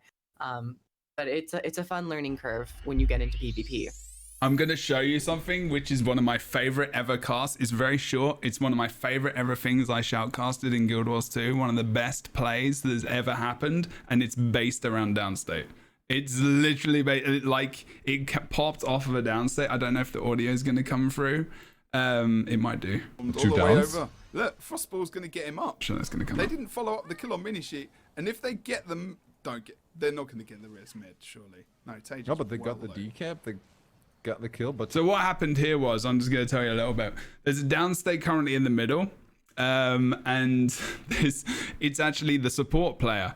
And the Lord in this map basically can kill it and it get 150 points. Now, if you're depending on what class you are as well, you can actually go through portals and stuff and move through these things in downstate, because as an elementalist you can use vapor form and you can go through a portal, which is go somewhere else. You can also stealth, which is something that Glenn mentioned as well, which was very, very strong and powerful. Anyway, I get a little bit keen. Just watch it, you can see what kind of happens off of like downstate and how important it is. Just kind of what Grief was saying. Look at Sin, he's coming in. Opening the Oh my opportunity. god! Oh my god! Sin is a hero. He gets Sage back up, and now they're going to be able to get. If he just drops onto Minishi, he stops him. Oh my god, Sin It's broken apparently. Screw you. Junior is a bloody hero. No, he's not. Surely he's not going to be. It's still vapor form portal. This is massive. This is going to be one of the best moves in Guild Wars 2 PvP history. Surely, with the survival of Tage, with the survival of Minishi moving through the portal, going for the boss kill, wearing ranked dragons, this is going to be one of the best movements onto Lord that I have ever seen in my Guild Wars 2 casting history. But ranked dragons are in a position to defend, but it's not quick enough. Yes. And that was Have you ever seen that, Griff? bloody amazing. I don't think I've seen that That is clip before. old school. That is when I used to cast the elders, like ESL. Yeah, it is old. Like I saw the logo. yeah. That's when I used to do the weeklies. But like, that is an example. And if you can't watch the VOD, like, please go and watch it. It was very fun. It was one of my favorite casts. I think they were winning anyway. They portaled everyone, even the downstate player, to the enemy's camp or the enemy's base, res them up, and just rushed the Lord. That was a good play. Yeah, I was like that's how downstate can be, like, and you can play around downstate, and that's how, you know, they turned that downstate into a boss kill, you know, because it was just like, we're in the worst situation, let's do this to escape and also resurrect our friends as well. It's like pushing for the win. It's just so good. Like, I love the downstate mechanic. That'll be it. That'll be the end of the downstate conversation. Also, I just wanted to share that clip because I've never showed it during a podcast, and I'm kind of proud of it. hated to be the other team. Oh, yeah, it was a fun cast. That was when PvP was its upper echelons of awesomeness. I really felt the hype there. Yeah, that's what I did. That was my thing. I used to be a commentator for esports, Guild Wars 2. It was fun. I really love younger, super mega hyped out of his mind Jebro voice. It's very good. You sound like so bright and shiny. Oh, you should watch. I haven't commentated Guild Wars 2 for a while, but I do Sea of Thieves sometimes. I haven't done that for a bit. But I commentate for Sea of Thieves, and that can. I definitely am still like that when I'm commentating. So I definitely lose my shit, basically. It's very fun. That was what it was about. It's all about the energy. Like, that's what I brought to the table. But yeah, that's another story for another day. Okay, so combat aside, Rook actually talks about raids, fractals, dungeons earlier, like PVE side, more instant stuff. Dungeons a little bit left behind, obviously, now, but there are fractals which are a little bit easier to engage in. To be honest, especially, it's more of an end game thing. It's like 5-person 5-person short dungeons, which has a level of difficulty which can expand through 100 levels, I would say is probably one of the better ways to explain it. Maybe, I don't know if anyone's got a shorter way. But yeah, how do we feel about that kind of end game dungeons or like fractals, raids? I mean, dungeons you can do as you go, because there isn't much instance content, right?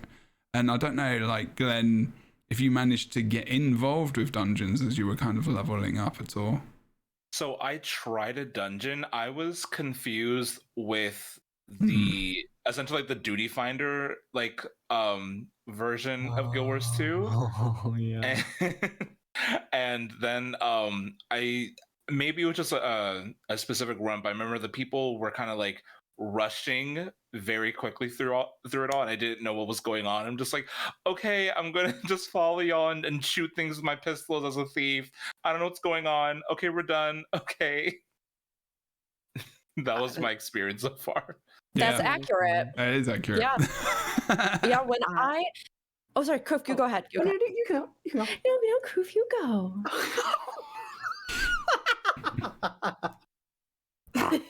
Oh wow. Okay.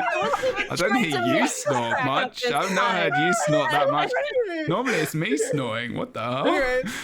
Anyways, I was gonna say, like, your comment about the duty finder. Yeah, Guild Wars 2 does The Guild Wars what 2 finder? the duty finder. I said duty, It's the Jebro. American way of saying Flip duty, it. because they don't say Duty. duty. It's a Duty. duty. You say duty. Find. The duty finder. And I'm just like, what the Duty fuck? finder. It's okay. I'm taking the piss out of it. It's fine. But I will say Guild Wars 2 doesn't have a great looking for group tool. I wish it did, specifically for endgame stuff. And you did mention that, like, a lot of people that use the LFG are more veteran. Yeah. Because they know of the LFG and they know how to use it. And oftentimes you will encounter things where it's like people group up and they just want to get it done as fast as possible, which might not be the best experience for someone first coming into the game. Mhm. So I think a revamped LFG system, I've talked about this many times, but I think Yes. that would also be another aspect of something that could be added to Guild Wars 2, which could be very beneficial for It newer should be added players. to Guild Wars 2, yes. It should. Mhm. I mean, it's really unfortunate at this point because you're totally right, Glenn. I had the same experience when I first started playing the game because the dungeons had been out for a long time and people were excited to show me the dungeon. So they were like, have you done it yet? And I went, no. And we went in and I was like, what is happening? Where are we? I died. I got hit by 50 traps and I'm dead. And I don't even know where you are anymore. Do you remember that I'm in the party with you? Because I'm You're dead, I'm behind. They just keep going. Yes, and it wasn't Yeah. until much later that I realized, oh, this is something where like you need to reach out and you need to be like, this is a first time run, or you need to go in with other first timers, or like you need to go with people who don't know all the things, because at this point, almost every person that's doing those through LFGs, like Kroof brought up, are veterans who know the speedrun strat. So literally what they're Yeah. doing is the speedrun strat of the dungeon, where you cheat by standing on this one rock on one toe so the thing doesn't notice you, and then you jump off this thing and then you run through there. And any normal player has absolutely no idea what in the hell is happening. You know what I mean? You have no idea. And you shouldn't know what's happening because normally you would have just gone through those and explored. Everybody would have hit a trap and Mhm. died, and then you come Yes, back yeah, and try to yes. figure out how to use stability and how to go through it. You uncover the bosses in the various rooms, and then you have to try and figure out how to deal with them. But unfortunately, that's just not the case anymore. And it is such a bummer because unless you as a new player exert extra effort just to try and get a group together, and even then, many times on stream when we'd be running them, I'd have to be saying to people, I am new. I don't know what that is. Tell me what it is. Okay, that's what we're doing. All right, don't run off. Get back here. Come back here. Get your What's duty happening back here. Like, and it was something where I had to like hyper control the experience just to even know what was going on. So having something like an actual robust duty finder added into Guild Wars 2 is something that I think would be really beneficial to the game. And it is something to know for new players coming in, where again, I would say this is kind of a bit of weakness of Guild Wars 2's. The big question here, should you play it? And I think this is an important part to discuss. There are certain things in this game that, as far as stuff like these dungeons, and again, they're kind of outdated content. There are many reasons, this included, that they switched to something like fractals and so on later on. But for some of this content, there isn't really a super convenient way to get paired with people who understand immediately that you are a new player, or who are roughly the same gear, roughly the same, level as you are, or anything like that. So it is difficult sometimes with some of this early content. Again, none of it is stuff that you have to do. So none of it is something that will keep you from playing the game. But those dungeons in the core game in particular are actually kind of the true ending of the game, and they actually teach you about a lot of the different characters that you're going to meet later on, who are a part of Destiny's Edge and all kinds of stuff. So if you haven't been able to do it, it's kind of a drawback. But if you are willing and you kind of have the foreknowledge to ask people, hey, I'm brand new, will people do this with me? Or even stand outside the dungeons and ask, or join a guild and ask, then you'll have a great experience. But you have to kind of hyper control that in a way that most new players won't have the foresight to do. You know what I mean? Because they don't know what's happening. And you're a veteran MMO player, Glenn. So it's you at least knew to use LFG and to try to find something. And I'm sure you kept up absolute best of your abilities. But it is something that is maybe a weakness. As you go on, there are definitely more hubs. There's a lot of stuff to do. The actual content itself is really fun. Raids, fractals, dungeons, they all bring something unique to the table. They take you to unseen horizons, to wild encounters. Sometimes they have jump puzzles in them.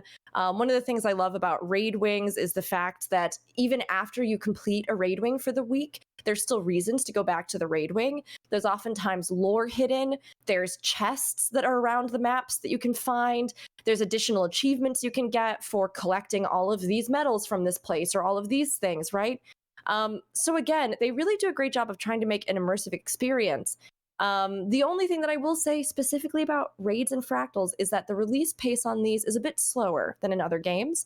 I will say moderately, which Kroof would have a strong reaction to. Yes. So if you're somebody who's looking for raiding in a game that, like clockwork, every 3 months the new thing is out, like clockwork, at this patch in this cycle, this will be when this thing comes out. That's not Guild Wars 2's experience. They juggle a bit differently between content release, and you will have to wait longer. But the good thing is that gear grind is not a thing in this game. So all of this kind of stuff, fractals, raids, that end game content, right? It's not like you're going to have to be grinding for it all the time. And because of it, all raids are all attuned to the highest tier gear that exists, which takes a little bit longer to get. But again, it means that every single wing is still valid and still run, because they are all tuned to that level of gear, and you get good rewards, and there's a lot of stuff to work on long term with it. So that's just that'd be my lowdown. Sorry, that was a little long, but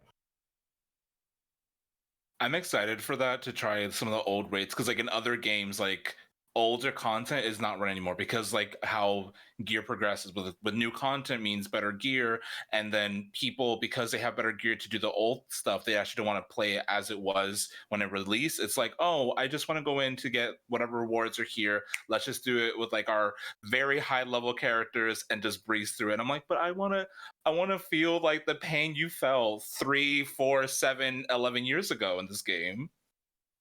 I want to empathize on a deeper emotional and physical pain level. yeah. You have that connection, that shared experience.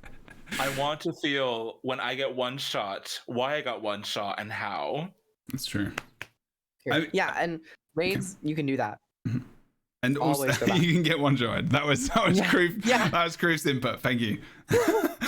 Also, we did forget to mention strikes a little bit as the newer content, which is 10 person, which is the more, I would say, it's still not released as much, but is the newer kind of end game content right now, which we're not sure where Guild Wars 2 is going right now. So Guild Wars 2, and this is a selling point as well as a side of the game which we also feel, I think, as a group that I'm not sure about Glenn's opinion, because obviously Glenn's not there yet, but this is a good thing and a bad thing. Yeah, where they constantly introduce new ways of playing the game, but well, they're not great at following through at times, and sometimes, you know, the community reacts and they change the way that they kind of go with that. And I think that's basically the way I want to put that. But also at the same time, I think like raiding Guild Wars 2 is something that they never really intended to put in the game, and they did a really good job with their system, the way it is, especially combat, of putting it in, which makes, you know, raiding and fractals and everything else very unique experience. I.e., you don't have to go and have fights where you don't have a tank, because there's fights where you just don't need one. Tanking in Guild Wars 2 is based off of toughness, which is a stat. You don't really have any. I mean, you do have skills now that are like Taunt. Funnily enough, that doesn't make any difference.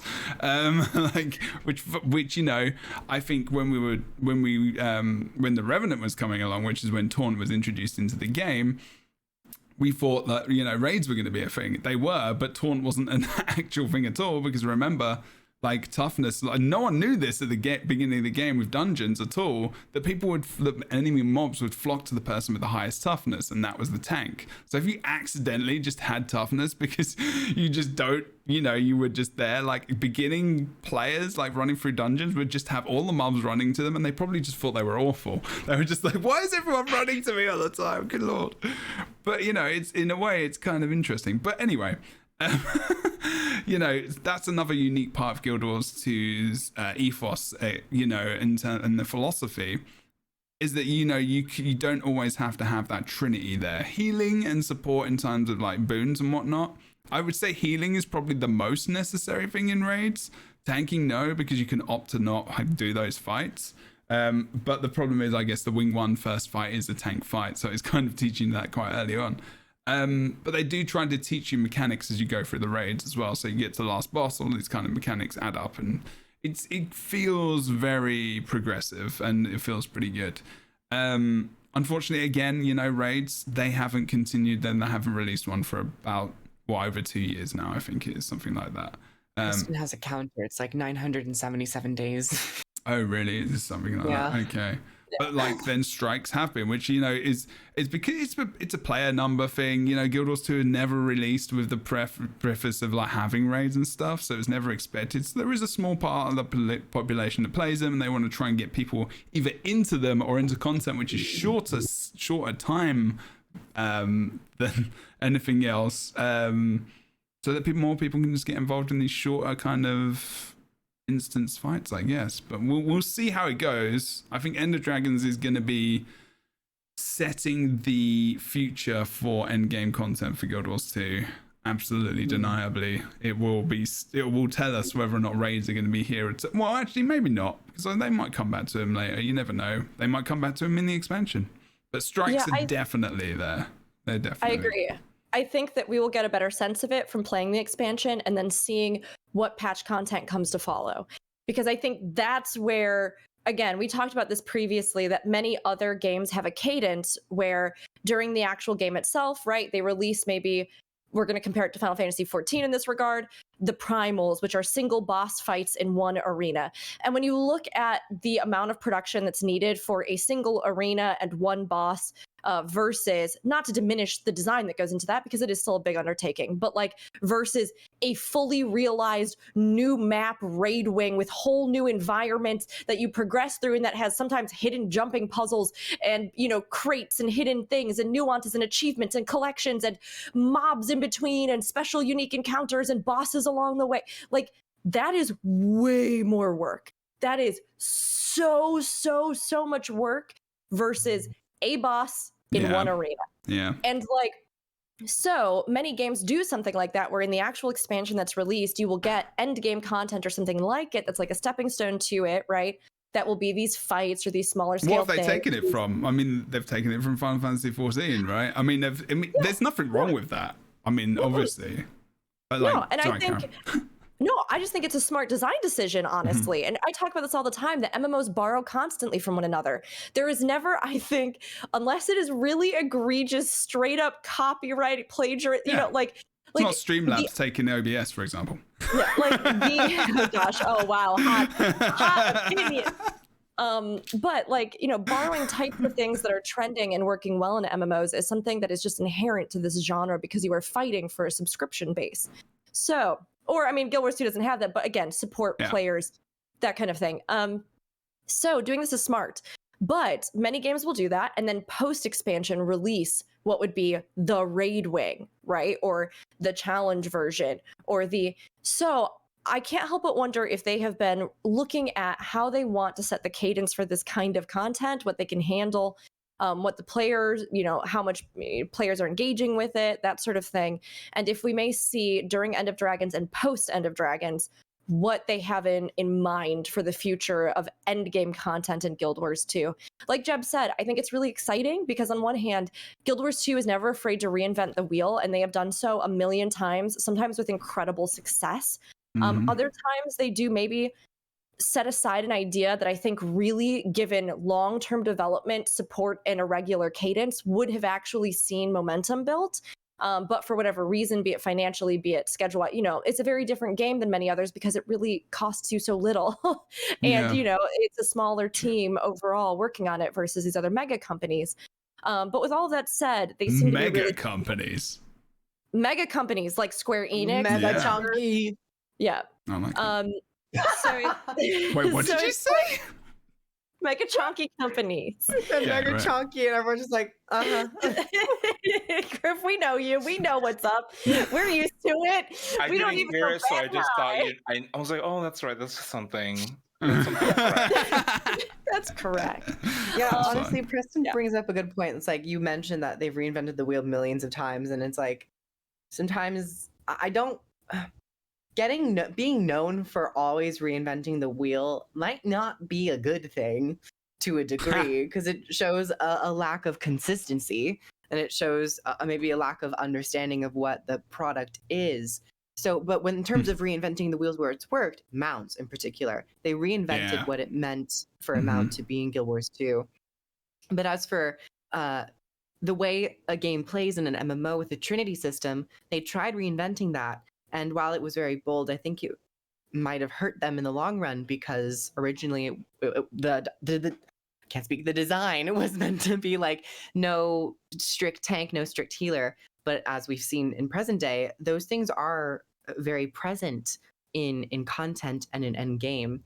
So they've had some difficulty balancing that. Like we're not fully committing to it, but we're also not abandoning it. And it's almost like a weird limbo situation that people are currently in with endgame content, with fractals and raids and strike missions. But on the topic of strike missions, I think strike missions are probably the best avenue for Guild Wars 2 to take. It probably will cost them less financially, as you'd mentioned about designing multiple areas, environments, encounters. And I also think it would work really well to just get people into that game mode because it's so much easier just to go like, oh, I'm in this boss arena now. I don't have to do the whole grind of doing a wing clear. And I actually think strike missions would work super well with a looking for group system, more so than dungeons in a way, because it's so much like you don't need to understand the nuances of how to get to a boss. You just have to be willing to. Other than if you do the first boss. one, you got to jump. Yeah, that first one. Also, wait, thanks for bringing that up. Currently, Winter's Day is active, and it's a festival. And this festival was the very first strike mission, Freezy, the boss fight. And I just have to say on this stream, I've said it in my stream because I played it yesterday, that first strike mission, Freezy, with a festival is, I think, hands down, the best strike mission. It's the first one. In Guild Wars 2, the first one. It's their test. That's where they tested strike missions. It was where they tested. It was the best. And then the categorical like first one that came with the months following it, that wasn't as good as the very first. They should make a hard mood. The hard mood. It is a hard mood, isn't it? It should make a hard mode. I am wondering what Glenn thinks about us talking about this content, because I feel like I need to pull you into this because you're not at that point yet. Like, what have you heard about as a new player? Like, are you excited about that, or is that something that really got you into the game, or is it more where your current journey which gives you the excitement to continue playing? So I actually didn't know about strikers until this very conversation. Yeah, I thought so. Ooh. Yeah. And then I was like, wait, hold on. And then when Kroof said it was like the one boss, I was like, oh, okay, this is what broke my about 14. Because again, like my main game is Final Fantasy 14. Yeah. I love the raid. So now Mm. if I can do this in this event, I would love to do that. For the raids, I really don't know much about them. I know I do love just the idea of like being in like a more challenging environment, but I also didn't know that they were similar to like WoW, and that it's actually like a whole journey to get in like a much bigger like involved dungeon. But I didn't know there were jump puzzles. Like, is there time to do the jump puzzle while you're getting Oh, that to the was just me. boss, That was or- just it was just one strike. One strike Okay. mission. You kind of like if one person gets to the end of it, and it's not massive or anything, you can all teleport to it. And I think Glenn is like, I hate jump puzzles so much. I like I'm never gonna them. do strikes and raids. Yeah, they have I mean, there's also technically, oh, dang it, of course, immediately it just like left my mind. There is, Ham sandwiches. there's like, no, there's a mini encounter in No. there's a mini encounter in one of the wings. I think it's actually is it wing 1 that has Is it- VG? It's There's the a Spirit Run, and then there's Twisted Castle, which are kind of like jumping puzzles. Oh, Twisted Castle's like a jumping puzzle. The one I'm thinking of actually is the it's like a spirit encounter that you have right before Gorseval, Yeah, Spirit where Rush. you have like so you have like these different areas and you have these different platforms, and all of your teammates have to like get to the different little platforms and then stand on them all simultaneously to make all the ghosts go quiet. So like there are some that are up above that you have to do like a jump puzzle to get to. There Yeah. are some that are just on the ground, and the whole time you're like fighting these waves of ghosts as you try to like run through it and coordinate everybody standing together. I know. It's actually like it's a super clever idea. And it's really fun. There's even like a really unique, I think it's a guild mission, the one where you have to do the faces in front of the mirrors. Do you know what I'm talking about? There's a whole lot of guild missions that are jumping puzzles. Yeah. Yeah. So they use them creatively true. in content, including there is that like one that's sort of an interactive part at the beginning of a strike mission, and then some that are kind of involved within. There's like a jump puzzle-ish portion of the fight with giant ribbon lady Zara. Zara. You understands me. You understand me, Kroof. I got you. I think it was just a good description as you well. see me, I Yeah. see you, we see each other. Oh, Kroof, it's so good to be Yes, seen. yes, Glenn. This is what I have to put up with. I love it. You know, I'm going to be the same once I get to the end game. So there you go. God. Talk about jumping puzzles is This like as a strike combination. mission, jumping like Arena. I want them to like go like full on with the systems that they have. Like as a boss phase change, like doing a jumping puzzle would be so cool. And then like you would have mesmers or thieves that summon portals to ferry people. It's like that's the intricate design of boss encounters that I want more of. And when Glenn had mentioned like can you do jumping puzzles in the boss encounter? Yeah. Sometimes not really. But like as an idea, you just like light bulb in my head. I was like, oh my god, that would be so cool as a phase change, and you have to like chase the boss or something. Yeah. Anyway. Hype if no one makes it. It's cool. It's cool. It's Going I into mean, the nerd territory. it's one of those things though that again is unique to Guild Wars 2. So like the question came up earlier, or Jeb, you were talking about it, right? The idea of introducing a piece of content that at least previously by many other game standards has involved and or upheld the idea of a trinity to create structure and balance, but then putting that kind of content in to Guild Wars 2.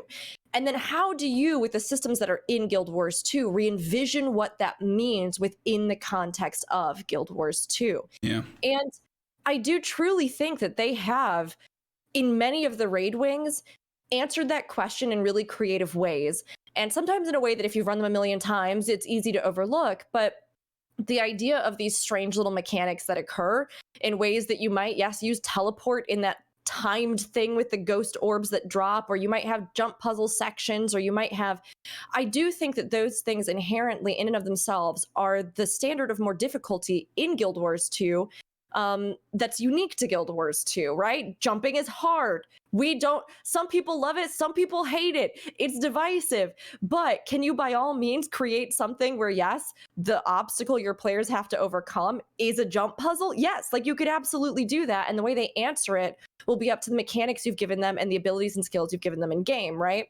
So I do think that something like strike missions, which again we're looking at as a possible future for Endgame, and in this question of should you play Guild Wars 2, if you are somebody who is primarily and absolutely a steady Endgame raider and you expect new content at a certain cadence and so on and so forth, probably Guild Wars 2, and I hate to say it, but it probably won't be something that scratches that specific itch for you.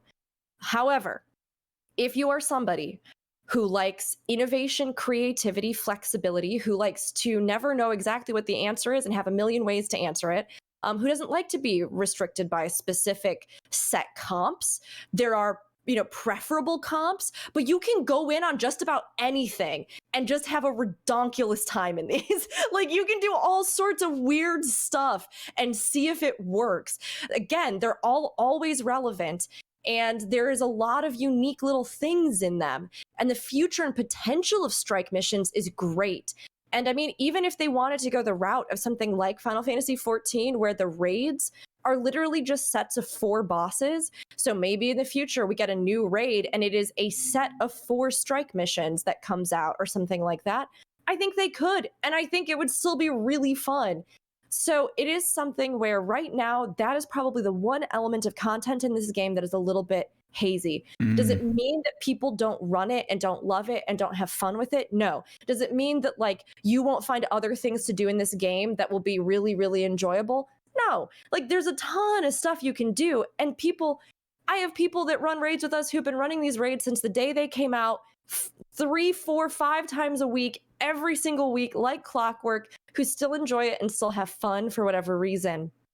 But that is probably the haziest bit right now as far as our future content looks.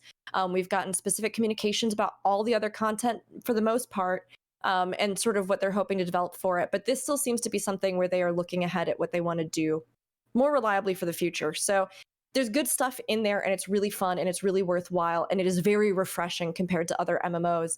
But because of the unique nature of this game, they've still been trying to figure out exactly how they want to answer what is endgame PVE content in Guild Wars 2.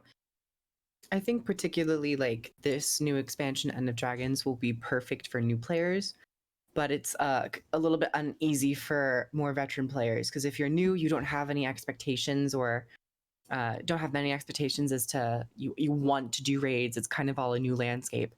But yeah, I'd say for veteran players, it's a little bit more of a rocky road, because we're like, okay, we've been here, we've experienced raids, we've experienced strike missions. Now we want to know the answer as to which one can we more reliably look forward to. But as a new player, honestly, I think End of Dragons in 2022 is a great time to get into endgame stuff.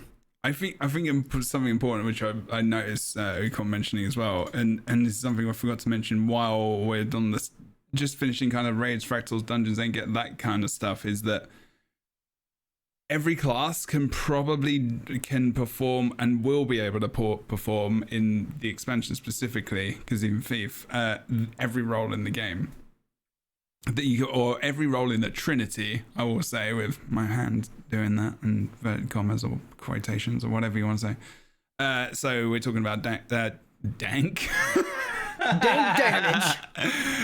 Huge healing. We talk about them dank options coming to Guild Wars 2 2022. Y'all like your babies like some bones. Would you like some bones? Tanking DPS and healing, because even Faith in the new expansion will be able to heal. That every class can do every single role mostly, as well as putting out most of the boons as well available in the game. There are a couple of classes which can't do everything as well, but again, that's kind of synonymous with every single MMORPG. If you want to do this, you take this specific thing. But in raids really, and in strikes and everything else, like, you can take a lot of different stuff and not be the most optimal composition and still complete the content. Like, there's been a lot of talk of like toxicity in raiding and other stuff like that. Every scene has their their elitist part of it, and like Guild Wars 2 has it as well. It just does, and it's just that higher echelon of players that and I'm not saying that everyone is like that. There are groups of people who may not be as accepting to newer players, but every single game's got that. Majority Guild Wars 2 community is very accepting of all different skill levels, and I would say in terms of just ArenaNet as well as a company being very supportive of many different causes, charities. I mean, you know, Rook's done work with them in that as well. I have, like, you know, done bits and pieces with the Extra Life as well. We're talking about mental health. We're talking about LGBTQI plus community. We're talking about we're talking about loads of stuff, and that is why I like this company a lot as well, because of just that kind of work they do. So I don't know how I got from dungeons to that, but I just wanted to mention it at some point in the podcast. You are an Olympic pole vaulter, just shooting, just all over the place. I just wanted to get it out there. I could have probably done that when I got to community, but I wasn't sure we are going to get that far. Well, anyway, if anyone else wants to add to that, please go ahead, I guess. Okay. I like elite. I mean, if the fact elitism, I think is fine. Toxicity, no. I love the elitist community because it's things that I can't do, so I watch and in awe. But yeah, no. If you want to be an elitist, there's a community for that. If you want to be casual, find your tribe. Just find your tribe. Yeah, exactly. Just don't be rude. Just don't be rude. Yeah. World versus World is a big mode in Guild Wars 2, which is another thing where your server is basically the side you fight for in a free way, and everyone just kind of, I saw you all laughing and giggling slightly there. In a free way. I'm gonna keep saying Jebro, why did you write three-way on your actual document? Jebro, you can't do this. Oh yeah, you have I did. been creating content for too long. It just says server-based combat, period, space, three-way, period.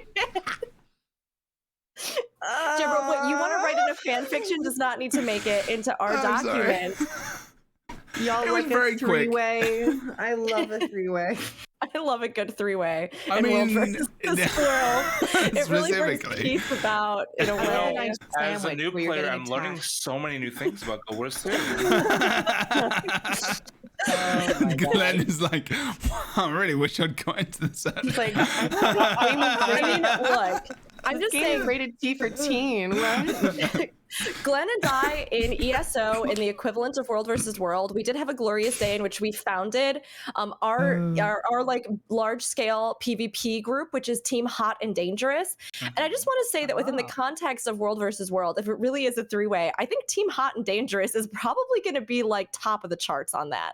We're gonna be smoking. Everybody's They're packing the heat. See, I don't know what to expect, but I can also attest to that statement. Yes. Have you played it? Sorry. No, go ahead. I know. I was going to ask if Glenn played in Guild Wars 2 the World v World stuff. So there's a level cap for that, right? Like I've been seeing people suggesting to like wait until level 80 to have like the gear closest to that. So I haven't really touched it yet. I've only done structured PvP so far. You can jump in there pretty early into World v World. Yeah, I'm get scared. boosted. Yeah. Because most of the people are level 80 in there. You do get boosted in like lower base stats, but yeah. Here's a pro tip: go in and then just turn off your chat. You'll have a great time. Have a wonderful time. There you go. That's what I do. You press the button. You press enter. Turn off chat. Glasses and the paper. You had to put your glasses on for like a split second. Was that to see the paper you were writing on, or was that to actually see the words? That's funny. I wear contacts, so putting my glasses on actually made everything blurry. Wow. Fair play. Okay, that's interesting. So that's communicated to people quite early. I mean, I would say you definitely would have a better time, especially as a thief. Because thief is definitely a roamer in World v World specifically. I think you have to build a little bit tankier and have some really good healers as well. But like, you know, still fun, still good times. I had definitely buy thieves in World v World, but it's definitely getting more focused now than it has in the past. If you are a World versus World, probably not language of most MMORPGs when we talk about realm versus realm combat, which is mostly what it's known for in other games.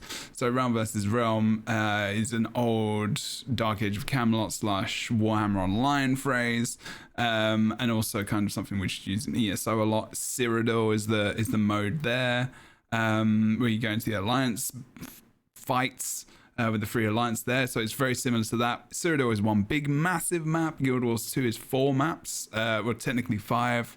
And you could even say 6 if you think about the guild kind of dueling that occurs in one of the maps as well. But most of the fighting occurs on 4 maps, which is 3 Borderland maps, which is each server's own homeland map, and then the main Eternal Battlegrounds, which is the main big middle one, where you've got this big castle in the middle called Stonemist Castle, and you try and take that, and you accumulate points by killing players, by owning territory, forts, keeps, camps, loads of stuff like this. And yeah, it's very involved. You have people commanding, and they've got their little tag above their head. You can join their squad.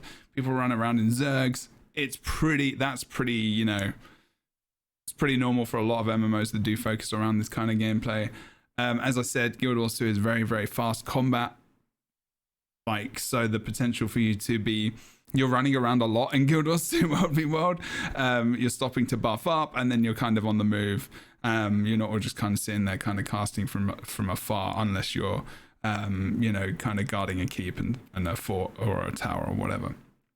But yeah, it's a fun mode, and if you're into that kind of stuff, they're developing it even more. In 2022 specifically, they're building up alliances, which is a way that guilds specifically are going to be able to group together rather than just servers, because a lot of the time it's been servers in the past and people haven't been able to move server. It's the only real content which, you know, is based around server.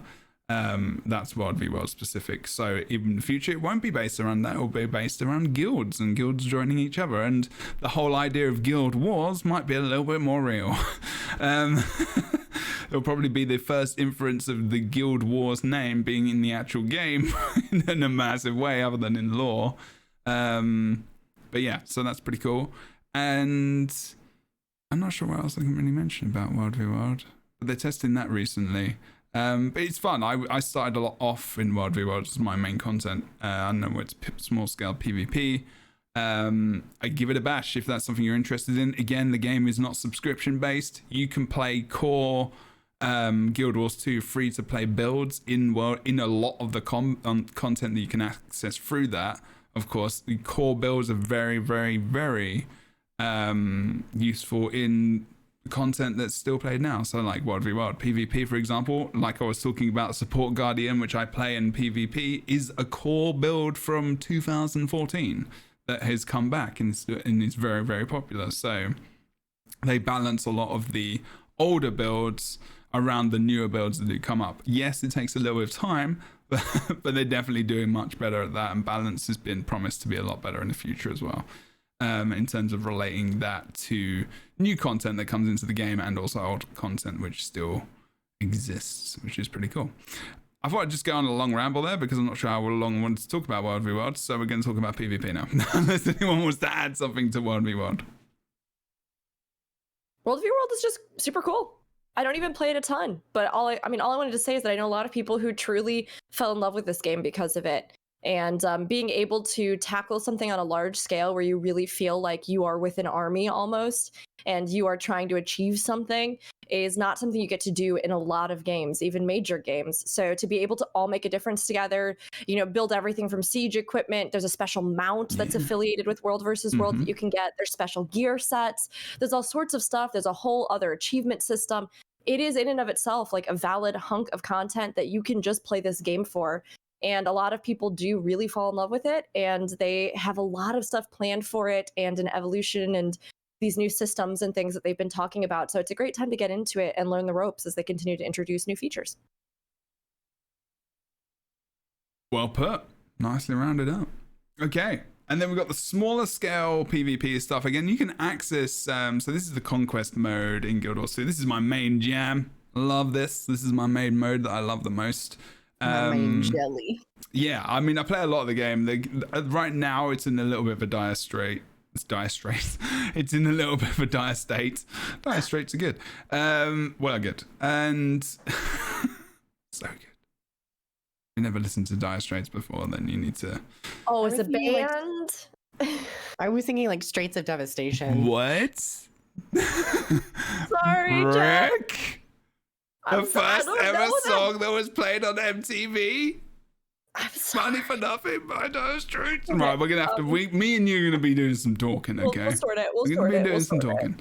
I don't want to be removed from the podcast, Jebro. Please don't remove me from the I'm gonna remove you. podcast. Not If I- again. They're my favorite band. I love them. I thought you were just talking about dire straits, like people. I'm like, oh, It's dire. It's dire. It's dire for those straights. Are they okay? Dire. Because The I'm worried community. about them. The community. What's going Oh. on? You're in a dire situation. Oh, that's good. I like it. That's awesome. Oh my god. Glenn can come back every Yeah. time. Glenn is welcome. Oh my god. That was good. Amazing. That was very good. It was very Oh, good. that's That made me good. very I'm sorry for breaking you. No, I mean, Glenn, it's just a mark of what a great person you are. You got to break proof at least once per podcast. It's the Yeah, basic that's rule that I live by. So it's how you know that we're happy to have you here and that you fit right in, and you've been doing great. So So glad. Legend. Okay. So yeah, PvP has they've actually introduced a couple of modes recently. So we have PvP is mostly conquest based, which is free capture points. You go and capture a point, you get points accumulated on your team. It's 5 versus 5. It's a lot about game knowledge in terms of rotations around the map, and not just about knowing your class and how to kill a thing. There are different roles. There are supportive roles. There's brawler roles. There's team fight roles. It's very, very involved. There's an automated tournament that kind of occurs every few hours as well, where you can enter as a team. There's a Swiss bracket that occurs, and you go through this bracket and you get assigned different rewards based on your placing as well. So you don't just play one game and you're out. They've done it where you can play a couple of games and you kind of get involved in that part of the community, and then you're able to gain access to things like legendary armor as well as legendary back pieces and even like a trinket now. And so like you can actually get access to PVE stat combo weapons and armor in PvP, because in PvP you do not have to be, if you're just into PvP like competitive stuff, you can jump into PvP at level 2 and you can play, because stats are all across the board for the same for everyone. All you got to do is pick your stat combo, your sigils for your weapons, equip your weapons, and make sure you've got a chest piece, legs, and boots to make sure that you have the full stats for level 80. I don't know why, but that's just the way it is.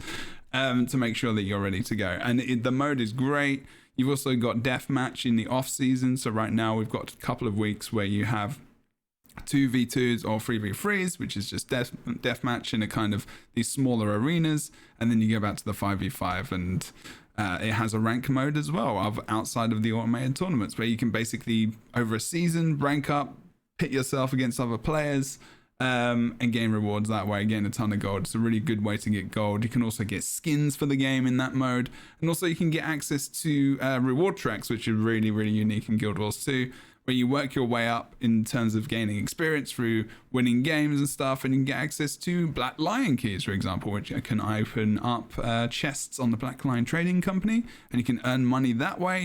You can get unique items and skins that way as well. Generally, PvP is kind of, I think, in a state right now which is where it's in an automatic mode, which is kind of just carrying on. And their focus competitively and PvP wise has been switched to World v World, because PvP has had a lot of love in the past. And it's kind of going to sit there for a while. So I'm not sure how much is going to go forward, but it definitely had an esports scene, a professional kind of league scene where, an electronic sports league was involved. And that was a time in the game's existence. Fun time. It was a fun time. I remember watching it on my TV. It was very enjoyable. Yes, it was for me. I was a big part of that, so that was kind of fun. But there were definitely It was lessons. kind of. I mean, for me, it was fun. I Kind of flipping fun. loved it. Shoutcast and being in an auditorium just full of like thousands of people and It like was very cool. be there with the team. Like it was kind of okay mostly. It was chill, you know. It was chill. It was like whatever. I got to go to Not- like PAX East and do that in front of people. That was pretty rad, actually. That was cool. No, just a quick trip to PAX East. Yeah, just like a nice Yes. business trip. I would have been sweating buckets. Oh and my to god. LA and to Germany. That was good. Travel the world. Yeah, it was horrible. Yeah, it sounds like it. I enjoyed it, but like as a person playing the game now, you just get involved. It's fun, and it's also an extra thing you can do in the game, which is if you're one of those players like me where you like to PvE but you like to mix it up a little bit, having a PvP match every so often is a pretty fun thing to jump into. So if you ever have any questions about that kind of thing, come and check out my channel specifically. I know Kroof does a lot of PvP as well. And there are many creators that would love to answer your questions. Are you yawning about the content you enjoy? My God. Okay, anyway. It's just your natural body needing more oxygen. I don't know, Glenn, if there was anything, if you've played any matches, because I know you can access it at level 2, or if it's something you've got into at all. I have, and I actually really like. I in general really do like PvP in most games, but I will say I think because again my starting class is a thief, my role. I just feel very confused because I know I'm supposed to roam, but also need to know when not to roam and actually need to go ahead and like be in team fights, but also Yes. I don't know how my abilities. I don't know how to like structure my abilities in to like do the most amount of damage in a short period of time. And then if I'm being attacked, how do I then defend myself? And then if I actually down someone, are they a necromancer? Are they someone else who I can't just like finish off? And it's like there's so many things into this PvP Yes, that I absolutely. think it's really cool. That I'm excited to get into, but I will say I took a little bit of a break because I was getting a little too much into it, and it was a lot. It was bringing up a lot. emotions. Yes, every single emotion, pain, joy, sadness. No, but Sounds also like PvP. You know how earlier we were talking about the toxic element of the community? Most we were talking about Glenn when Glenn got a little bit too deep in PvP. No, I'm kidding. No, there is I honestly that can't side. imagine There you is being toxic. I like straight up cannot even envision it. Like maybe if you got really mad about something, but I cannot imagine you being toxic at all. I mean, when I played Overwatch, that was definitely like. Oh, me too. No, yeah, when I was Overwatch. Wow, I was toxic. the podcast Not gonna lie. reality here right now is, Yeah, Glenn, is I that understand. Overwatch was a time for many of us. Yeah. So, Overwatch Now got us, gal. I wanna- They got me, gal. I need to go and check out some older footage apparently of all of you playing. Oh, it's playing Overwatch. amazing! It's not there anymore. Oh. There's probably hide that on my YouTube. But, no, yeah, Thief is a difficult class. I remember playing a lot of PvP recently because I was going for Legendary Light Armor. And you have to PvP, you are a booty off. It was hard. Days in playing multiple matches. And when you win, you gain more things, more credit. When you don't, you still gain credit, but not as much. So you're always chasing just the win. It's not even really about your own performance. It's like now you're like analyzing other team members and the enemy team, and then you start to remember people's names. And you're like, if you see someone's name, you're like, oh my God, I'm not going to win this fight because I know they're on the other team. So it becomes this like it's a cycle of just primal anger and energy and just like a huge frustration, particularly when you're going after something as big as legendary armor. But now that I have legendary armor, I'll just pop into PvP every once in a while and not take it so seriously. And it's fun because the combat is fun, but it can get That's where the combat shines for sure. Yeah. Cool. So PvP, awesome as well. Glenn, I'm glad to hear that. Let me know when you're playing, and I'm gonna come by the stream anyway. But like, hopefully, I can go and see you play some. I can give you some tips maybe on what the role of a thief is. Not to play it though, good. because the actual the actual abilities and stuff. I'm still learning myself. Well, actually, I remembered another reason why I stopped because I got that one map, which I can't remember. I think you have to like go into the center and take some kind of item and then bring it back to your side to like these type of I can't remember the name of it. Oh yeah, that's one of the unranked ones. Yeah. I remember I had that for 3 matches in a row, and I'm like, I don't know what I'm doing. I'm just running around aimlessly, and I quit because I'm like, I couldn't find. I think I found one guy, but it didn't make sense to me. I was like, I think I should just stop for now. I think this just isn't for me, and you know what? Yeah. It's fine. There are some I maps don't belong which. here. Yeah, there are some maps which are not in ranked, which are definitely not ready to be there. That's for sure. When you get to rank 20, then you can play rank. When you get to PvP rank 20, then you can play in the ranked mode. So I think I'm 9 possibly. yeah, you might have to play Spirit Watch a couple more times. Uh-oh. Or you'll get like other good maps like Battle of Kylo or Forest to Niflhel. Those are more standard. Or you can play Stronghold, which is the more MOBA arena there. Thank you, Crave. Oh my god. That is the other mode as well. Not many people talk about it because people don't. The higher echelons again of the community and the competitive peeps at the time of ESL and everything else didn't really grow on it. So and it is a little bit interesting, but Stronghold is more that the Guild Wars 2's attempt at kind of a MOBA mode of Guild Wars 2 PvP, but didn't really work. It's more fun it's just more of a map to run around and get kills and just having that extra mechanic of getting a gate down and then killing a lord basically, or killing the end core, if you will. But it's kind of fun. I think maybe that was the map I was talking about, that MOBA one, because I really was lost and I didn't know how to traverse. I think I was like on this one part in the site, and I'm like, I need to go over here, but I don't know where the stairs are. And I just kept running around in okay, circles. that sounds more like it. Yeah. That might have been that map, and it traumatized me. Wow, okay. Stay there, Glenn. It's gonna be okay. It's gonna be okay. All right, let's not You'll get traumatize there. Glenn anymore. Let's go and talk about. Why should you play Guild Wars 2 2021? I don't know, but it did traumatize Glenn. We're getting there. Please play the game. I'm kidding. I'm kidding. It's The game is It's over. okay. It's It's okay. character development. Crafting is a thing in Guild Wars 2. Anyone want to talk about crafting briefly at all? I don't like crafting in games, so. Are you not a big crafter anyway? Here's the thing, though. I don't like leveling crafting things. Here's I the don't thing. Here's the thing, everyone. I hate leveling a crafting profession. I'm gonna say it. It's the most tedious. It drains your funds. I got it. It's the name of the game. You got to put things in it. I just want things to be there already. Okay, I know. I'm spoiled. Whatever. It's the name of the game. However- You've got to put things in. You gotta put things in to get things out. You know what I mean? That is the crafting. Imagine like Guild Wars 2 on sale now. Crafting. You've got to Put put things things in. Proof. Proof. Guild Wars 2, Proof. 1924. We're not talking about 3 ways in World versus World anymore, so I'm gonna need you to dial it back a little bit. Nevertheless, We 3 ways moved in. on. I did You know what? not say a thing. Did not don't need to. say a thing. Right, Look at Rook trying to be innocent, looking at the camera. No one believes it. No one believes it. Don't use the hand. Rookery with her new name. New name, new character development. But yeah, go crafting. I'm not someone who enjoys that. However, I will say when crafting legendary equipment, I'm just gonna keep talking.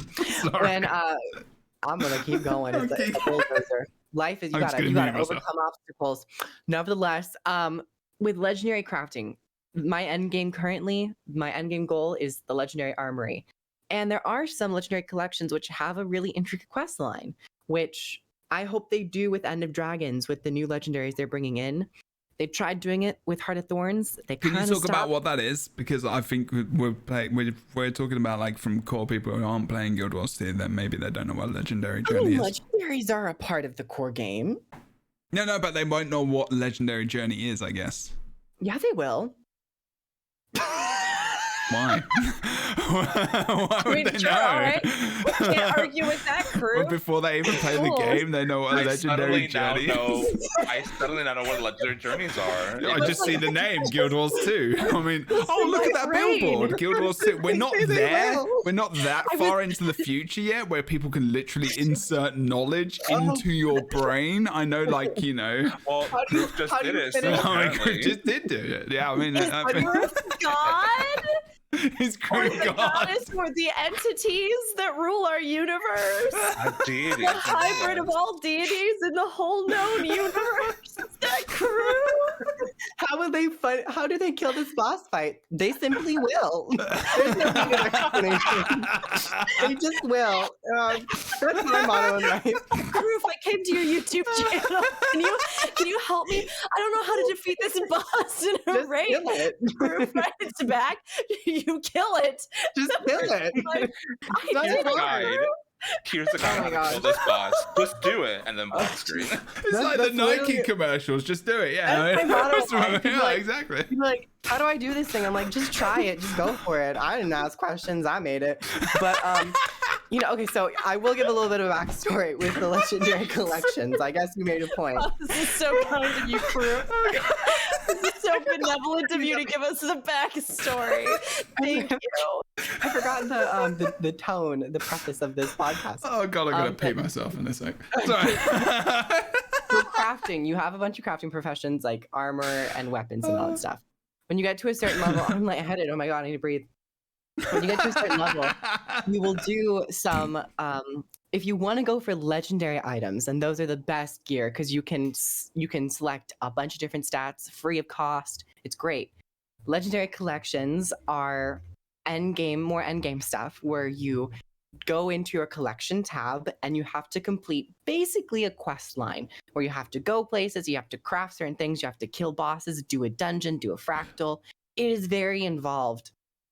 And I think those are some of the more classic endgame quests to get those pieces of gear, or to at least help you get those pieces of gear. So while I don't love crafting in any game, really, I know, I'm not even a huge fan of Minecraft, I know. Blasphemous. Nevertheless, oh, everyone's coming out of the woodwork now. They're like, I hate it too. I mean, I'm into it, but like, you know, I'm not like the biggest Minecraft fan in the world. I mean, I like crafting. I like survival games. Sorry, My biggest achievement was making a mud house, and then I that died. part. And then I died. That part. And But I will say, as someone who doesn't love crafting, the legendary journey for those legendary items, that's kind of what I look at as like the end game questing Criff. log. Have you explained what a legendary item is? Yeah, I did. I said they're the best pieces of gear, and you can select any stats that you want with it. Okay, And good. you don't need I'm it. just I double did. checking. I was laughing a lot. I'm Jebro. sorry. Okay, it was just a genuine question because I wasn't sure. Well, bam, I did. But yeah, legendary items are what a lot of people go for, but you don't necessarily need them. They Okay. look cool, but when you get into the game and you get more stuff and you get more time and all that, you could maybe consider doing it because it is a more intricate, involved experience than normal crafting. Yeah. And the thing is that crafting and gathering in Guild Wars 2, it does exist. There are ways you go in, and when you're actually just looking at it yourself in the interface, it's kind of a fun little game in the idea of like, what do I have and what pieces can I put together and what can I do to uncover new recipes? And you'll find new recipes and things around and out in the world. You can buy some off of market boards. There are special ones, there's all kinds of different crafting crafting recipes that you can find and gathering nodes that you can gather in the world. Now, there's not like anything like, an entirely independent crafting gathering system with its own sub skills and all sorts of things in the game. It's just that, you can pick up, is it two professions? You can pick up two. You can tell how much I've done. You can pick up two of them. You can switch them out, and you can do them all. You can switch them out. Yeah, You can pick up two of them. You can level them up at certain thresholds and things like that. Again, you'll be able to craft the certain things that you need or maybe would need for bigger things down the road, or like ascended or legendary gear. So like you can level those up, and then when you swap them out, you don't lose progress on those. It's just that you can only have two active each, for each period of time that you've got. You can slot in two essentially, and then you can swap them out, but you can put in those old ones and you'll still be leveled. With that, there are a bunch of tools that make it easier, like Guild Wars 2 efficiency and there's other tools. There's one that's specific for crafting and gathering that'll show you exactly what you need to level. Is that efficiency? No. Do any of you know? No. Proof. I need you to just put the knowledge in my brain You mean right now. experience? What do you No, mean, sorry? there is a site that you can like it will show you Guild Wars exactly 2 efficiency. what There's Guild Wars 2 efficiency and there's a crafting efficiency and then website. craft. Craft. Yeah. That's the one Yeah. that I was thinking of. Website. Thank you, friend in chat. Thank you, Wanya. Yes, Guild Wars 2 Craft, right? So those will like absolutely streamline that process for you. So it just becomes much more of a like, okay, I need to craft 5 of these, 3 of these, 2 of these. Next level, 3 of these, 2 of these, 5 of these. So if you're not somebody who loves it, there are ways to expedite it. Yeah. And I think, like Kroof said, probably the most rewarding thing for people who are looking for crafting gathering and they love that kind of facet in a game, probably the most rewarding thing is, in fact, the legendary weapons. They are a huge, huge, huge grind. There's legendary weapons, there's legendary armor. They are these, prolific weapons and gear sets of legend, and they have special effects, and the ones from Heart of Thorns have special quest lines that kind of go with them as well, and they are all a monumental task to get. They require a lot of investment and a lot of different things in the game, like Kroof covered. So there is stuff in there for those who really like craft and gathering that many people find incredibly rewarding. And there's a brand new legendary armory where they store all of those, and you get additional tidbits of lore. And those weapons you can use on every single character. That armor you can use on every single character. You can like swap it around. And they create like these little copies and stuff like that, so that once you've achieved it, it is super convenient for you to use forever on all your characters, which is really nice. And if you get a full set of legendary armory, you could have 30 characters. You would never have to worry about gear or weapons or accessories ever again, which must be a wonderful feeling. I'm currently not at that point, but I'm working on it, so I don't have to buy gear or anything. It's great.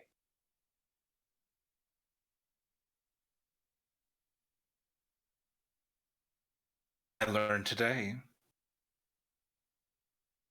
thanks, Kroof. Your gift, Kroof. When there's dead air, you have to get Jebro left again. I'm sorry. Damn. I'm here. It's okay. I'm just trolling. Someone said I was trolling, and I thought I actually trolled as well. And by the way, that was an awesome combo. One thing else you can do when you do a crafting thing as well, if you're playing from the beginning of the game, you can craft your way from level 1 to level 80 as well. If you want to, you can get normal experience from crafting, which is like a very awesome thing. And you can craft ascended items, which is like, equivalent to legendary, as has been discussed as well. There's like different things you can craft. And also there's a newer crafting profession which came out kind of around, I think, did it come out with Hearthorns? Didn't even mention that. Yes. Yeah, called Scribe, which is, I don't know if you mentioned that, I just had to nip off for a moment. But that's pretty cool as well, where you can make stuff like furniture and stuff and things for your guild hall, which is, guilds we might talk a little bit about, but I haven't had much focus, unfortunately, in guild halls. Well, I do want to just mention with guild halls, right? Because I do think this is something. There's no player housing in the game in the sense of like a house you can buy that you can decorate, right? There are these home instances where if you achieve various things in the game, they will add certain elements into that home instance. These are usually, I believe, based off of your starting race area, right? So you'll have like a home instance there in that major city. And the various things that get added in can be everything from like rare, gathering nodes to literally a collection of cats that you find around the world, and you feed them food and melt them out of ice cubes and all kinds of stuff. Like these wild things that have happened to these cats around the map that if you collect them, they'll appear in your home instance. But there's no actual like housing. But with guild halls are customizable. So things like the Scribe create furnishings for it. And there are other furnishings and things that you can get around the world from various things, or, map grinds or stuff like that, currencies. But really, scribing is in and of itself a whole thing that creates a bunch of different furnishing items that otherwise can't be made. So there's a lot to do in that that's really fun. And you can do all kinds of stuff with your guild halls. Guild halls actually, for all the other things surrounding guilds that we could talk about in the game, I actually do think they are a big selling point, because I do think they're really fun.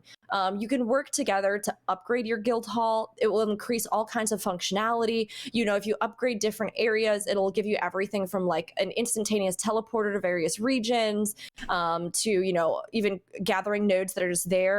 From your like tavern, you can get experience boosters. Like you can get little drinks that will give you experience boosts. There's a PvP arena inside. There's all sorts of stuff that you can get and upgrade in your guild halls that do really make it a useful hub for a group like a guild. But you do have to capture them, and then you have to sink a lot of stuff into them. So it's like a huge effort to upgrade it, but it visually upgrades as you go through. And you can fully decorate the guild hall. And you can even create things like jump puzzles. You can create all kinds of stuff in the guild halls that are really fun.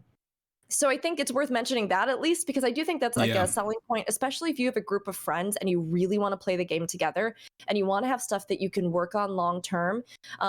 Guild halls are great for that. And even if you run raids together, you can get various trophies that you can put in the guild hall that will show how many clears you had at various tiers, challenge modes, all kinds of stuff, which again, it's like a nice little legacy for you and the people you play with to kind of create and have. Dankanair as well. This is a question. This is a good question actually, because this is something which is an easy answer to, and I can answer it in a very, very, very quick way. Says, I'm welcome to the channel. First time chatting from viewer personage. Okay, I am bringing the juice. Ooh, explain this to me. Why Is it orange? Why, if GW2 respects your time, you need to spend 2 hours a day doing fractals, that's 60 hours a month, just to get around 900 gold. But if you spend $40, you get 900 gold. The main thing I will say to you is you do not need to do a damn thing. You don't need to do it. You don't need to do it. You can either play the game for free and earn, and this is something we're actually getting to this. This is going to be one of the points we're getting to. We can go on to this right now. This is a good segue. You don't need to do that. It's just as simple as that. What are you doing it for? Gold? Yeah, I mean, well, everyone. Why do you need 900 gold? 900 gold is like, could be for anything. It could be, you know, you need 200 to 250 gold for a mount. That's a lot of onions. I mean, that's a big thing in the game right now. The main thing is, I will say to you, and I think in any game as well, is that one, video games need, especially games which have a live service, need a way that they can monetize their game so they can survive and exist. If they don't do that, we won't have Guild Wars 2, we won't have Final Fantasy 14, we won't have Elder Scrolls Online, all the games we love. There are ways of doing that where it's not arcade. You know, there's ways of doing that where you're not, you know. Oh, it's true though. It is true. It is true. There are games that do it in shady ways where, you know, you increase your power and stuff like that. Bless Online. And also there are other games which may not do it in a very great way, and you know, that's not great. But Guild Wars 2, like, you know, you can pay for currency, sure, but you're never paying for power. You pay for some money for gold, like, I mean, needs, and one is an optional thing again. It's not a need, is it? It's like you can get those stats. You can get stat combo. Like if you're after a legendary, for example, you can get the stat combo, and then that's a goal in the game. That's a part of the gameplay that you can do. You can earn the gold to buy it, or you can go through the game and go on a legendary journey, whether or not it's the legendary, the second generation, one of the few weapons where you go through and get the precursor and all that kind of stuff, or you can go through and farm the items, do the things you need to do so you can get the gear. It's doable. A lot of people have a legendary in the game, and if they don't, they're probably pretty close without even knowing it, if they've been playing for a long time. And it's an option. Like, you don't pay for power. There's nothing on the store. I mean, the only thing you could say in any MMORPG is where you're paying for power, where the store is good, is experience boosters, and that's just a time thing. It's not a power thing. And who cares? It's experience. Yeah. Someone wants to play the game at the same pace as their friends, but they haven't got access to time. Like, that helps to keep them up. Like, it helps them to give them access to, you know, their friends more in the game. It helps in different ways, and also it supports the damn game. It doesn't have a subscription, and if people want to really pay money to get gold in the game, they're gonna have to spend a lot of money to get gold in the game. And if that's gonna help supply me with more content for the future, I find that as a bonus more than anything else. I think it's just a weird question to pose as respecting of time, because this question is not about respecting time at all. It's a question of We're not siding against you, by the way. We appreciate your question. No, it might not. I understand the question, but the reasoning, I guess you can attach multiple reasonings to it, but it's not a question of time respect. It's a matter of resource respect. So it seems like, why can't, the question in of itself sounds like, if people say this game respects your time so much, why can I purchase gems to transfer to gold? Well, it's like, because you can get that gold by playing the game. It's just an option, nor is it essential to actually function in the game. And the topic of like gear sets and purchasing gear sets, you can get them pretty easily. It's not like these things cost 900 gold to get multiple sets of gear to play games or to play the game modes. It also depends on what game modes you're doing. So it's not really a matter of respecting time. It's a question of, what you should be asking is maybe, how do I get gold faster? is maybe what you should be asking. Yeah, I mean, that's it. Yeah. It's like, and also it's a personal thing of like, you know, I want to say that this is kind of a person, I don't know you at all either, unless this might be a bit of a reach out there, but like, you know, it can be a little bit of jealousy and a little bit of envy as well, and the point that, you know, that person has more money than me and they can go and buy the thing that's pretty and nice and cool and I can't, and that's fair to have those feelings. There's nothing wrong with having those feelings, you know, but it's whether or not you equate them to the game and, you know, its philosophy in that way, because at the end of the day, people have to put money on the table to feed their families and they have to run a service, and that's kind of part of life as well. I would say this too, and I've talked about it a lot on the podcast, but myself and I think everybody else that's here play actually a lot of different MMOs. Mm-hmm. And when we're talking about this, again, I don't want it to seem like we are dismissing, but I think it comes from a perspective of playing a lot of MMOs that have a lot of different types of cash shops.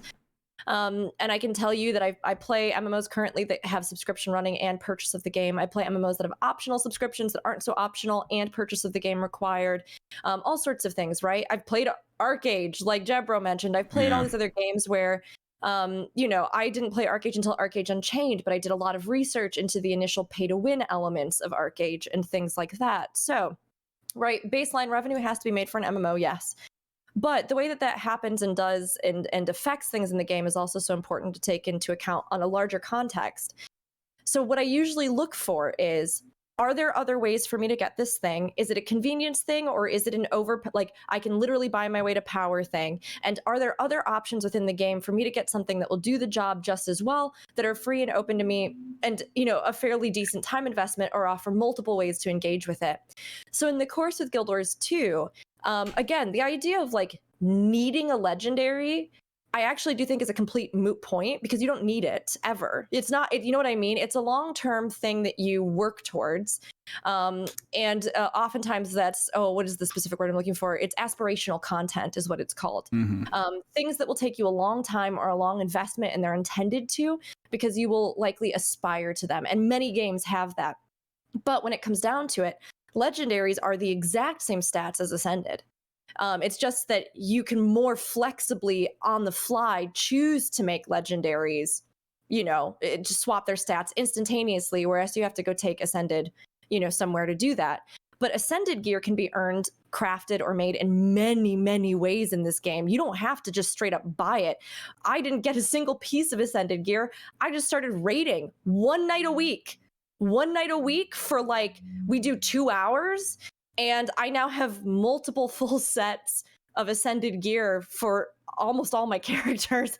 Like, and it's one of those things where, you know, guild missions, even there's Ascended stuff you can get, laurels, there's the berry farm, there's a ton of different things there. So again, gold in this game doesn't directly buy anything other than cosmetic fun stuff, or like stuff that might have, yes, some prestige on it, that again is, I would say, almost respecting your time more. Because if you're somebody who doesn't have a lot of time but you have money and you want something that's just fun but doesn't actually otherwise affect the game or make it so that other people who don't have money can't get it, then you can just convert and you can buy and you can get it.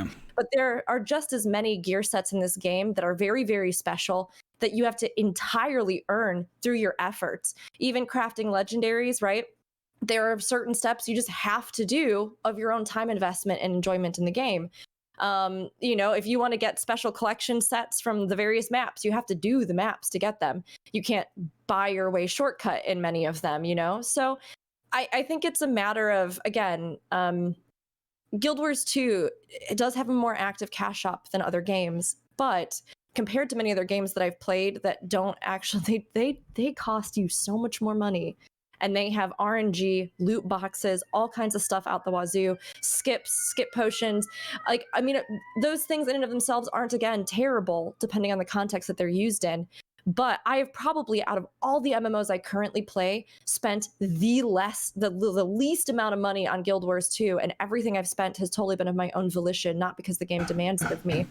ESO is one that I'll be like, I love, but that game has cost me $800+ in a single month sometimes, because it is terrifying the way that they build their cash shop, and the way that they will generate. And they've been taking steps to try and make this better.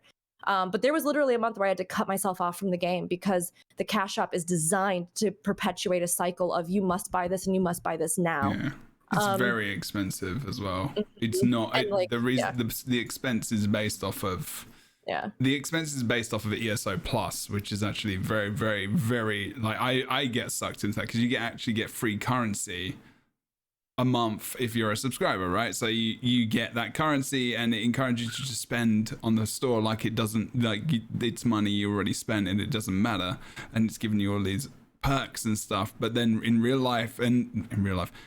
terms, you look at these items and you're like, well, if this represents that, I just spent $50 on a skin, and you're like, that's actually more expensive than most games. Yeah, that I don't want to go too far into that, but that's a really good example of how actually Guild Wars 2's costs on like the store is actually pretty good. And I'd kind of wonder as well about Glenn's opinion about this as a newer player. Just bringing you back in as well, because I'm just like, I wonder what, again, like that experience and what you think maybe in terms of, and maybe what that question brought up as well, of like you're earning money in the game but also looking at the store and what that feels like to kind of see the skins and different bits and bobs that are available. So I guess for me, in my like how I navigate games, like, well, at least from what I'm hearing, I'm glad to know that there's no like best in slot for Guild Wars 2. Like the fact that there's multiple different things you can run with that are just fine, and even things that things that I gained this year will still be relevant in like the next 5 years if I continue with the game. Absolutely, yeah. Which I think is amazing. When it comes to like cash shops and stuff like that, I'm the type of player that has to limit myself from that stuff because I personally do not have the funds. Like I'm able to enjoy Guild Wars 2 because there's no subscription. I do have to pay for the expansions, but that's a one-time purchase that literally lasts me for a whole lifetime. So I find value in that. So I'm not looking to see time related wise, because luckily I do have the time. But yeah, when it comes to all those other things, like I'm also not trying to like see as starting out what I need to do this raid that I can possibly do in like maybe like 4 or 5 months from now. Like I'm thinking more of like, okay, what can I do right now? Like I don't want to focus too much on that because that might burn me out. Like thinking, okay, so I hear that this is the best way to get this one, to get this stats and these. I feel like that's too much for me, too much for most other like new players. Like we just want to make sure that we enjoy the game first, foremost, and then when we get there, like we'll cross the bridge when we get there. Yeah. Did you a skin? So you haven't looked at it much just because there's something you, like you say, haven't got the funds for. Like so it doesn't really, it's not really something you visited much then. Yeah, no, because I don't want to get tempted. That makes sense. Because I've played games like Genshin Impact, League of Legends. Like I've already experienced like a Rook situation like that, and it is the Rook situation now. There should be a movie based on the Rook situation. Like that's exactly it though, because many of us in the community that play MMOs or play games online that have, again, because every one of them has to ask the question, how do we earn revenue? So this is something that I almost always ask players and new players or people who are curious about the game. What is your monetary? Do you want a subscription? Do you not want a subscription? Are you okay with active cash shops? Would you prefer something that's more static? Are you liable to impulse buy a lot of things? Because these are real questions. And oftentimes in these games, people will spend a ton of money without even realizing it. And like I said, I have experienced that in other games. But I mean, Glenn, it does actually make me incredibly happy to hear that, like, you've been playing Guild Wars 2, right?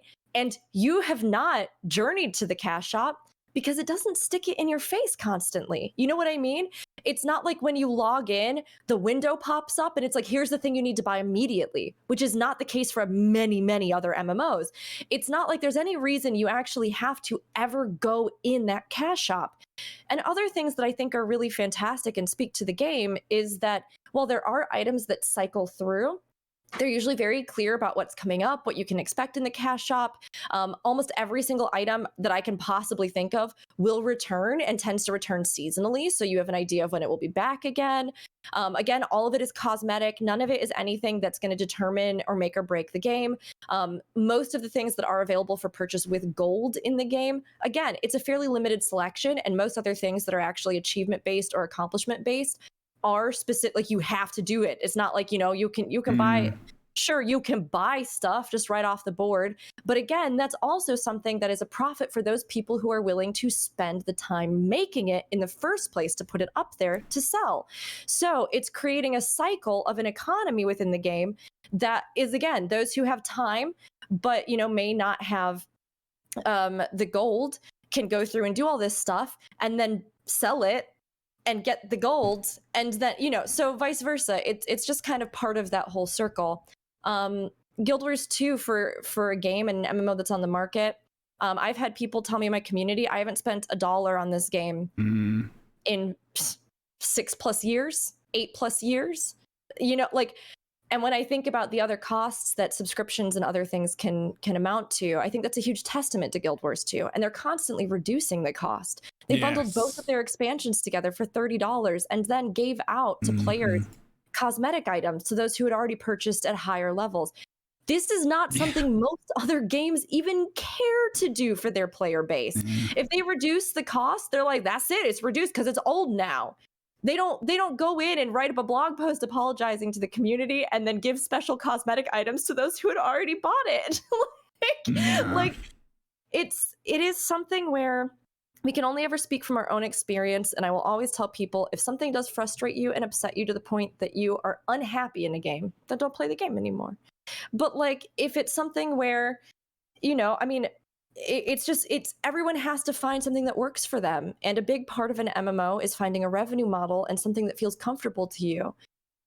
So there may be other games that have a subscription where some of those grinds may not be as time intensive. I don't know, because for whatever reason, although for the most part, this type of content in MMOs, aspirational content, is designed with it being a longer grind in mind. It's supposed to be for players to have something to long-term work towards or look forward to. And then there are plenty of other more spontaneous, instantaneous things in the game. Guild Wars 2 is the best amount of money I've ever spent on a game for the amount of hours I've played, enjoyment I've had, and content I've been able to explore. And I say that wholeheartedly, like playing many other MMOs, even MMOs that I talk of and praise just as highly as Guild Wars 2. But I've never gotten so much for so little in an MMO. Yeah. Honestly. And it can sometimes be to the detriment of the Guild Wars 2 community, unfortunately, because I think a lot of people have that opinion of, like, you know, getting so much for nothing and then just wanting and wanting and wanting. And then that feeling is, unfortunately, it sucks because, like, you know, accessibility is something that, you know, I'm pretty sure we all would advocate for in any situation.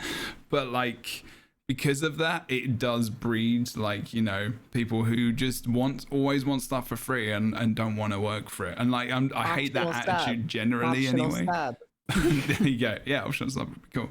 But I'm not saying, like, I mean, and I'm not saying that in the general scope of IRL, that's what I believe, because I believe everyone should have access, like, to different services and things like that, of course.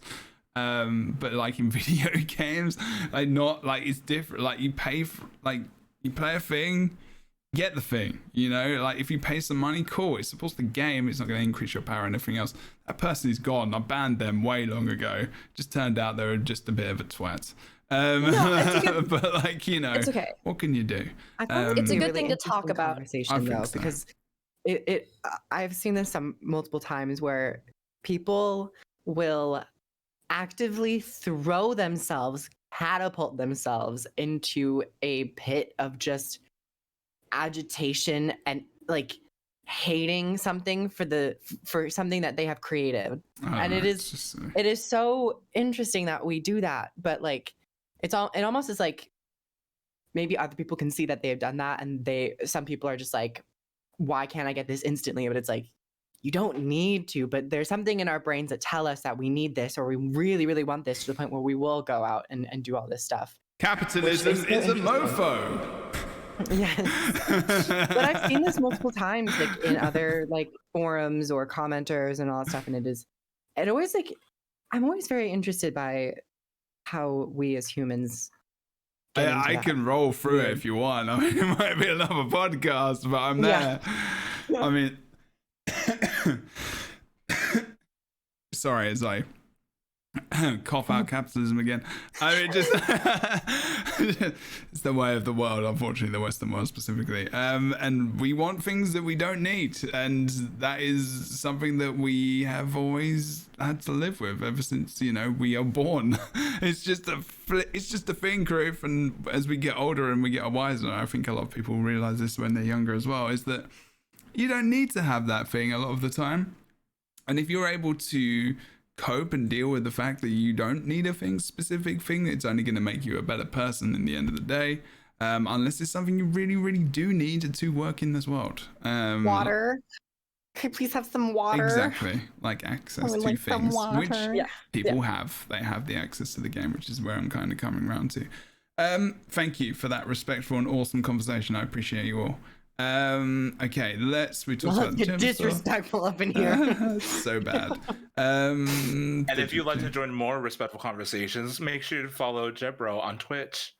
Wow. Yes. Oh my gosh, Glenn doing the work. He's gonna secure that. He's gonna take the bag. Bruce's spot on the podcast here. About Get 5 that minutes bag. after I called someone a twat on the stream. Twitch.tv/Jebro-Unity. There you go. Get I the wanna shoes, take- baby. Get the Thank shoes. you, Glenn. I do want to take a second to, I think, maybe address something that would be adjacent to what just happened, which I'm actually really glad happened. I am too. It Because- was fun. Yeah, no, but Such an It was evil fun. person. there's, as Proof Evil cackles in the background, there will always be a lot of things that you hear about a game.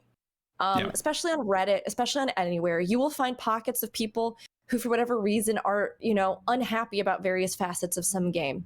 I usually tell everybody, try it yourself and see what you think, especially in a game like this where it's free. Like you can play the whole base game for free. You can just download it right now and you can try it and you can see for yourself how you feel about how the cash shop looks and about how things are.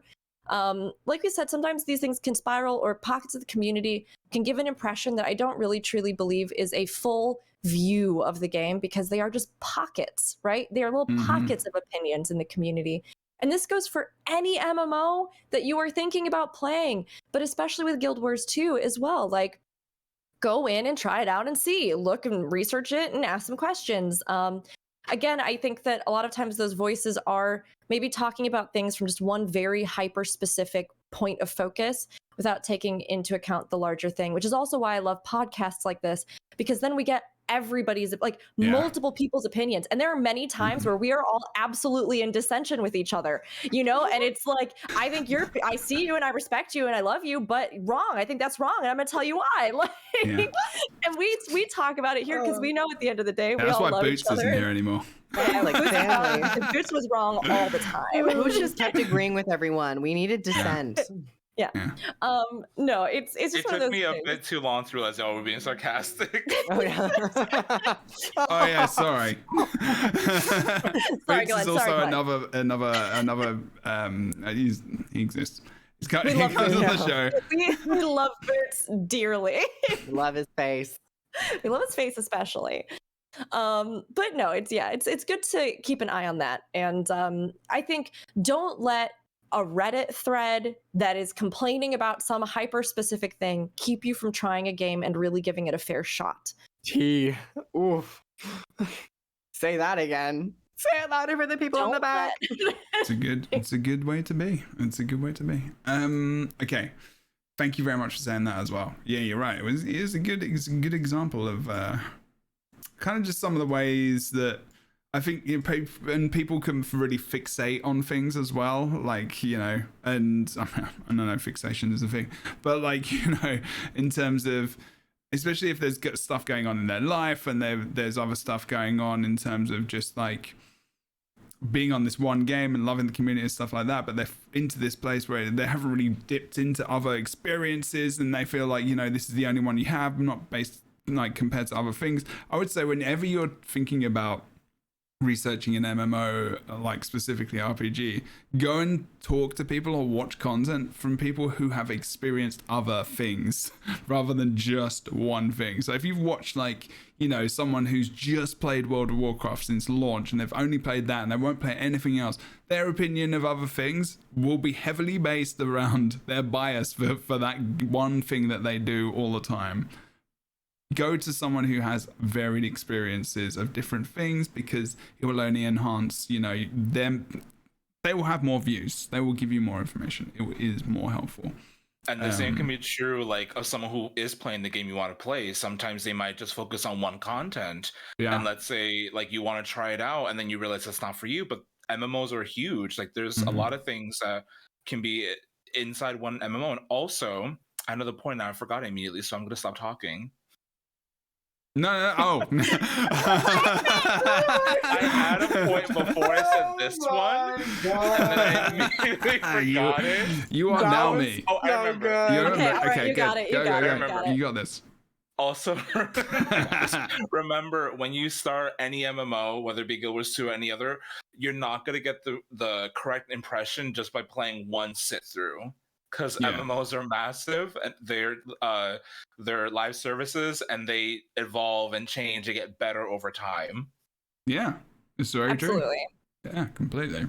It's literally in the name, people. Massively multiplayer online, and also, if you don't find your people, just keep going, or come and join one of our streams or communities or YouTube communities, and you will easily find some peeps. I'm actually planning on putting a list together of like Guild Wars 2 awesome personages that I would advise to go and watch, and in safe communities where you can talk about all things. Anyway, okay. We're almost done. It's okay. Funnily enough, we're talking about community next very quick. I just say, But like, we've kind of been talking that. about this anyway. Next part, I'm gonna shut up because I forgot what I said. That was so smooth and so effortless. It was. I was like, you were literally as you were going. Yeah, I thought it you were wasn't gonna... even like a pause. Like I forgot. You were just like, and I forgot what I was saying. So I'm gonna Yeah. stop. That was so good. It's like, as I was speaking, I saw the script going down in the back of my eyes, and I saw it ended. So I'm like, you know what? Let me just like wrap this up. I loved that. That's how everyone should recover in those situations. Absolutely. Yeah, that was a board meeting moment right there. I was like, it would have been the perfect end to a board meeting. Okay, so I've talked about shared XP, shared loot. So there's ways in MMORPGs, and I think in Guild Wars 2 specifically, where you don't get mad at other players in the world. I noticed this when I was playing New World specifically, again, on launch, which is, to be fair, like, I feel like crafting and nodes and stuff is part of the game, so I actually don't mind it too much. It's almost part of the competitive part of the game, because you're kind of because that node, so that mining node, for example, if you're a gatherer or a crafter in any MMORPG, that exists for everyone on the server. When it disappears, it's gone, and you have to wait for it to come back. That is the same in Elder Scrolls Online. I can't remember if that's the same in Final Fantasy XIV, so you may have to correct me if I'm wrong about that. But in Guild Wars 2, if you go to a map and you see, and you know a route or a pathway to get different mining materials, to get plants, to get wood, whatever, then you can just get that stuff and not worry about someone else taking it, because it exists in your instance of the map only, and it will reset the next day or whatever. So there's no competing with anyone for materials, so that enhances the community already, because you're just kind of going there and just like, hello mate, you're right, we're both getting the same thing, and it's all good. It's not essentially, I guess it's shared in a way, but it's not, because it's just yours and it's just there, so you're not really sharing it, you're just both gaining access. And again, it's that key word of access, and that's why Guild Wars 2 is the way it is and so awesome. It's like, I've written as well, Guild Wars 2 incentivizes you to help your fellow players in PvE. And it does. Like, you know, as well, when you're playing massive map events and world events, you want other people to be alive in these events so you can finish it quicker and so you can do it and finish it at all, to be honest. Like, you know, I was in Drakkar the other day on stream and I was like rezzing people all over the shop. I just ran a build that rezzed people, you know, and put quickness out and gave boons and stuff. Like, you want to help everyone do well so you can do it quicker, farm faster, and also just kill it, you know, and that enhances the mood of players, and it feels like it builds up a good experience. And there is the other side of that, of course, as well, where people scream out in map chat if you fail, and like people get salty, but that's just normal. I feel like they're just those people in the world. But yeah, I don't know if there's anything. I feel like that's a base thing, and that's not necessarily just about the community as a whole, because there's loads of different ways that the community are represented and built up on Twitch, on YouTube, Twitter, ArenaNet, who obviously developers of the game, build the community. But I feel like from a game point of view, like in-game, because that's kind of what we're talking about, it's done pretty well, I feel like, most of the time, other than if you maybe join Raid LFGs as well. Yeah, it's fine. It's definitely an MMO. I mean, if you have never played an MMO before, grave. That's the answer. It's the MMO. What do you expect? But I started MMOs when I was very, very young, so I didn't really have any teachers. I kind of was just flung into the deep end of what internet culture was. It's basically like everything that I've known has been on MMO communities, particularly World of Warcraft. So if this is your first MMO, you just got to be ready to experience everything at any given time. But with that said, I think that Guild Wars 2's community is particularly kind and often help you out. So if you ask questions, you will probably have a couple people at least either whisper you or just like directly respond to you. But then when you're maybe in a bit more of a competitive environment, you know, if you have map chat on, sometimes people will like throw shade or like throw judgmental comments about either your performance or your team's performance. That's kind of what you have to expect when going into a game that has thousands of people active at any given time. But it's the community aspect is also really cool because there are just so many people playing, and that's why MMOs are so special. You will find a group of people that you see yourself in and reflect you as well, and to find like-minded people, and even find people that you don't have any commonalities with, and then you can grow that way. Like, I'm not a particularly hardcore player. I'm very dedicated, but I'm not like min-maxing my build, going for like the 0.1%. Some people are, and I've gotten to speak with them more. And of course, you know, via community content like YouTube and Twitch, we get to watch these players, and not only like players, but people and how they function through the game. So MMOs as a whole, it's a very interesting cornucopia menagerie of people that you gotta get to little taste tests every here and there and be like, who was this group? What's this group? Cornucopium? A cornucopia. Wow. That's a word I've not heard many times in my life. Get into it. I am into it. It's a good word. Look at that educational stream right there. I'm giving you the wordage right now. I love it. Good stuff. Another thing that's really cool is that because their mega servers, Guild Wars 2, like you can find a good amount of people if English isn't your first language or like your native language. I have found a good amount of players who speak Spanish or Portuguese. However, because like what Cruz said, there's 1,000 people and people can get in their feelings. There is still, just like in almost any other like video game that has like a group chat, if you start speaking another language that's not English in a mega server that's in the Americas, not just North America, in the Americas, people will start you know, having their biases about non-English speakers. But there is like a good amount of I found guilds that are in Spanish or Portuguese, which if that's something you're interested in, it's quite easy to find. That's the trick. That goes the same for EU as well, because I know that's very much the same. It's a similar thing in EU as well. I know there are servers which are predominantly like German or, guilds and everything else. But then I know if in a map chat there's like you know, you get into that mega server and people start talking different language. Sometimes you can get a little bit, yeah, but you can find new people. It's easy to do. And I think sometimes people have told me, and I appreciate you bringing that experience as well, Glenn. That's pretty damn valuable. Awesome. I mean, I think Guild Wars 2, honestly, while there are, as we've said, in any MMO, you will run into people who are not having their best day, not being their best self, right? Or don't really know how to be their best self with other people. And that's a journey that they're on. It's honestly, Guild Wars 2 from the get-go, from the first day I ever streamed it and decided to give it a try, has been a place where far more often than not, I meet people who are diverse, kind, welcoming, excited, sometimes too excited, sometimes, you know, who are extremely helpful, aggressively helpful. But it's because they love this game. I mean, out of all the games I play, I hear a lot of stories about why people love them.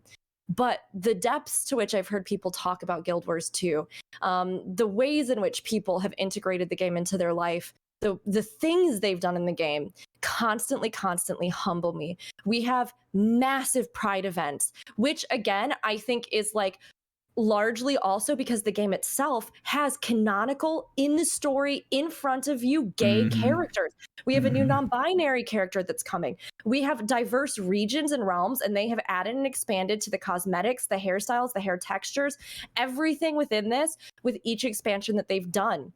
Like, it's something where they are constantly on the lookout to improve this. They started doing pronouns on their actual official live broadcast streams. Like, when I went out there to film things with them, I was meeting people of all kinds of different genders and, you know, learning pronouns of people and all sorts of stuff, people that work there at the company who have all sorts of different backgrounds.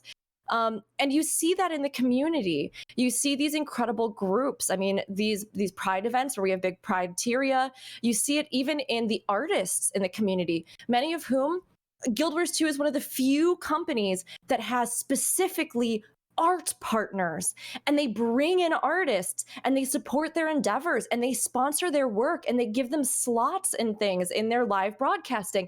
Because of that, we have stuff like, it's buried underneath a ton of stuff, but I have the Tyrian Tarot that came out.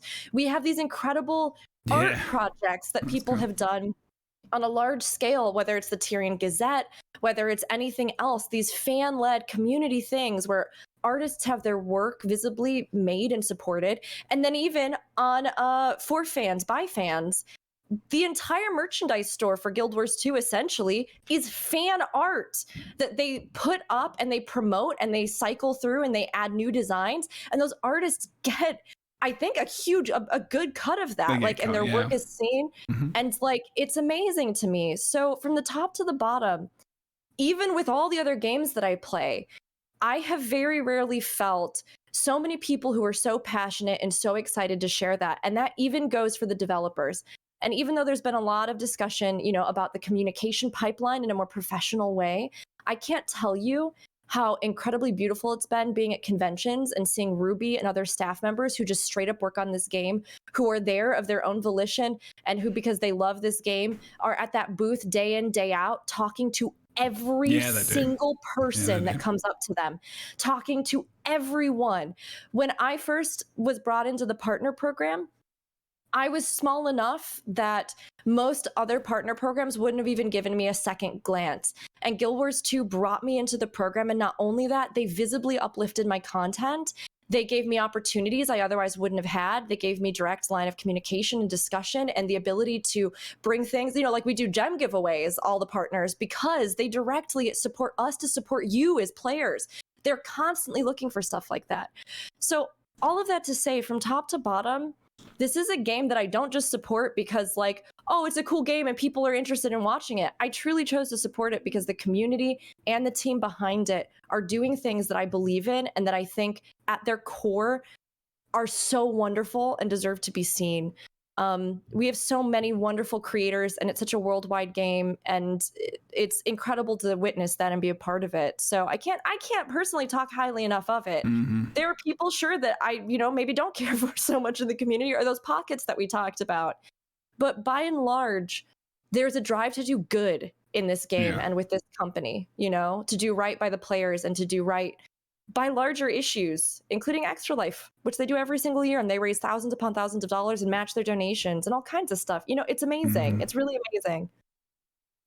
So, did you download Guild Wars 2 yet? This actually might be a really good time to stop. Actually, I kind of like that.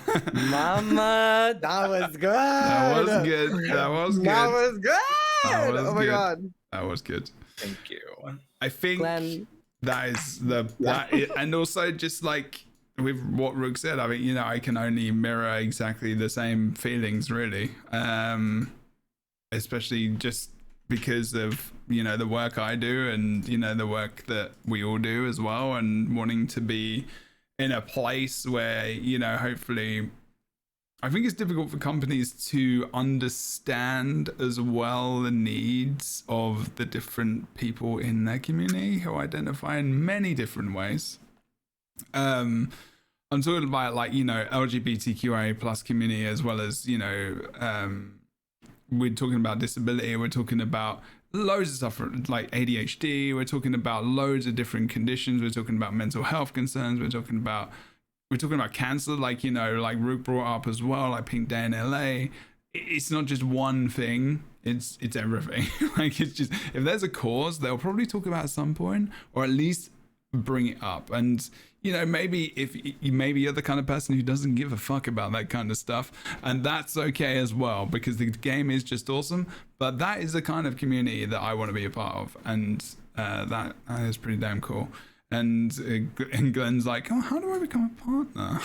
I go, well, we can just get you in there, hopefully. Well, yeah. You never know. Chiefs and good old Work. This might be a little silly side note or a little addendum, but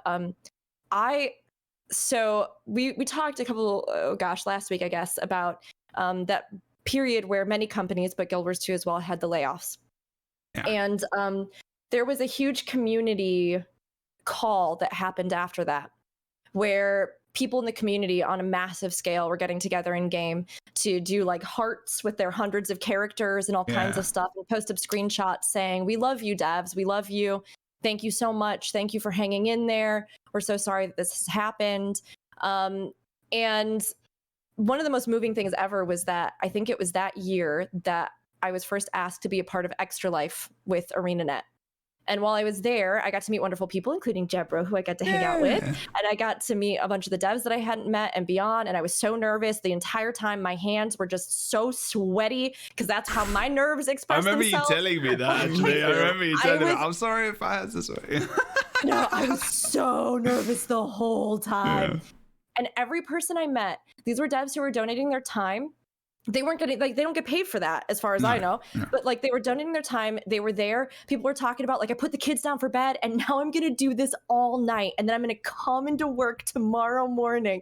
Or like, they're talking about this stuff. And as I was walking around and I was hearing their stories, many of whom had a specific connection to the cause, I came across a wall that had every single one of those screenshots printed, and they had taped it to the wall of the offices. And they had taken screenshots of Twitter messages, and they had taped them to the wall of the words of support that the community was offering them. And that, for me, as an MMO player who had the grace to become a content creator, to get to know all of you and meet you and hear your stories and be a voice and a bridge and a connection to developers, I cried. Like, I'm not gonna lie. It was unbelievable, so touching, because we forget that what we do, and as a community, what we do, it makes it to every single person there. It makes it to that developer who told me, I'm here all night raising money for kids who are in hospitals, and I got to be at work tomorrow, and I just put my own kids down, but I'm doing it because it was worth it, and I love this game, and I love this community. And every single word that was shared mattered to them, and the community chose to do that of their own volition as well. And that's the community. That's the heart of the Guild Wars 2 community. That's the community that I think truly, truly, truly is the special part of this game, just across the board. Jesus Christ. Clear pen, Shepard. That was lovely. Thank you. Awesome. It's true. Can feel those words right there. Can feel those words. I appreciate you. I thought that was indigestion. Anyway. Oh, Crave brings it back. No, that was. I know. I never heard of that. And that was. Wouldn't be the first time, but that is really touching. And during the Extra Life live stream this year, I was actually. This is the first time when I spent a lot of my day on the stream, just watching, and like the energy, the vibe, the people there, the stories that people were telling. It was. Not even just being in there, but just like through the internet, it was still palpable. It was able to be felt. Yeah. It was really powerful. So yeah, that and more. The highlight of the extra live stream for me was when Colin Johansson, like, you know, one of the game directors, said instead of the only instead of 4 fans, he said instead of 4 fans, he said OnlyFans. He said OnlyFans. They bought Guild Wars 2 t-shirt from OnlyFans. That was funny. And all I heard was Ruby just came out of that room and was like, I can't believe what Colin just said. It was just like... I kind of want to get the clip and play it, but I also don't want to do that because Colin's a friend of mine. Somewhere. And I'm just like... I didn't say... So make it a soundbite. I spoke to him like I think half an hour or so before we went on because he's just in the corridor. I was like, for one, I gave him a massive hug because I haven't seen him for a couple of years because obviously COVID. But genuinely, like, you're right. Like, I know a lot of these people very well now as well, personally. Like, I've been to their houses and like spent time with them and their families, and they're awesome and wonderful people, and they're so awesome. Apart from the only bad thing might have been it was just a hilarious slip that I just love. But they are good peeps, and I've been talking about this online as well. Like, people are funny. Just mute yourself, Groove. Oh my gosh. We can't work under these conditions. Just mute yourself. Sorry. No. That was more of a joke. You didn't have to.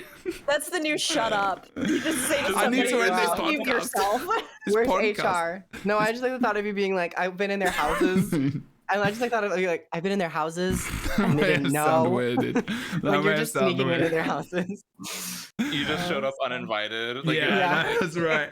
No, just for any context, I went to Bobby Stein's house for Thanksgiving this year. So that's the context. I was actually invited. It's okay. it's an okay thing. I showed up at Bobby Stein's house this year for Thanksgiving. I was and there. you told them just mute yourself. Yeah. Yeah. I was outside the window. I shouted that, and I had my little like plastic kids table with like mashed potato and baked beans. It was really nice. I'm hungry. Yeah, we're gonna end the podcast now. Thank you for the. Is there anything anyone else wants to add about why you should play Guild Wars 2 in 2022?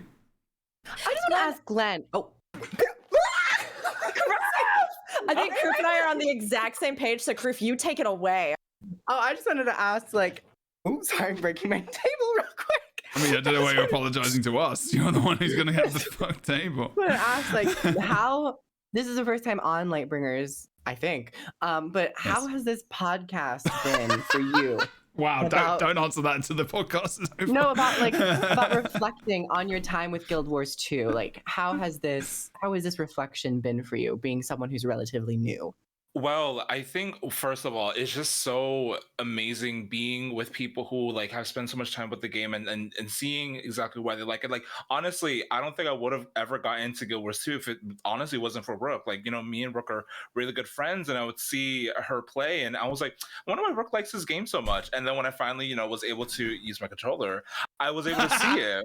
I love that. I love that. And then like hearing you all talking more about it, like obviously you saw when you talked about a feature I didn't know about, like, you know, my face gives everything away. Like, I'm excited to get into that content, try this one, like and just hearing the passion between y'all and also like the devs. Like, I find it so amazing when like the dev team of any game is just as equally passionate as their like community, and not just like essentially like names you see at the credits, or like just these unknown beings that work at this one big building. You know, it feels like there's actually a connection. I see them actually like work on the things that we're enjoying. They're enjoying the things that we're enjoying. We're enjoying the things that they enjoy, and we're just all enjoying. And that's how I feel.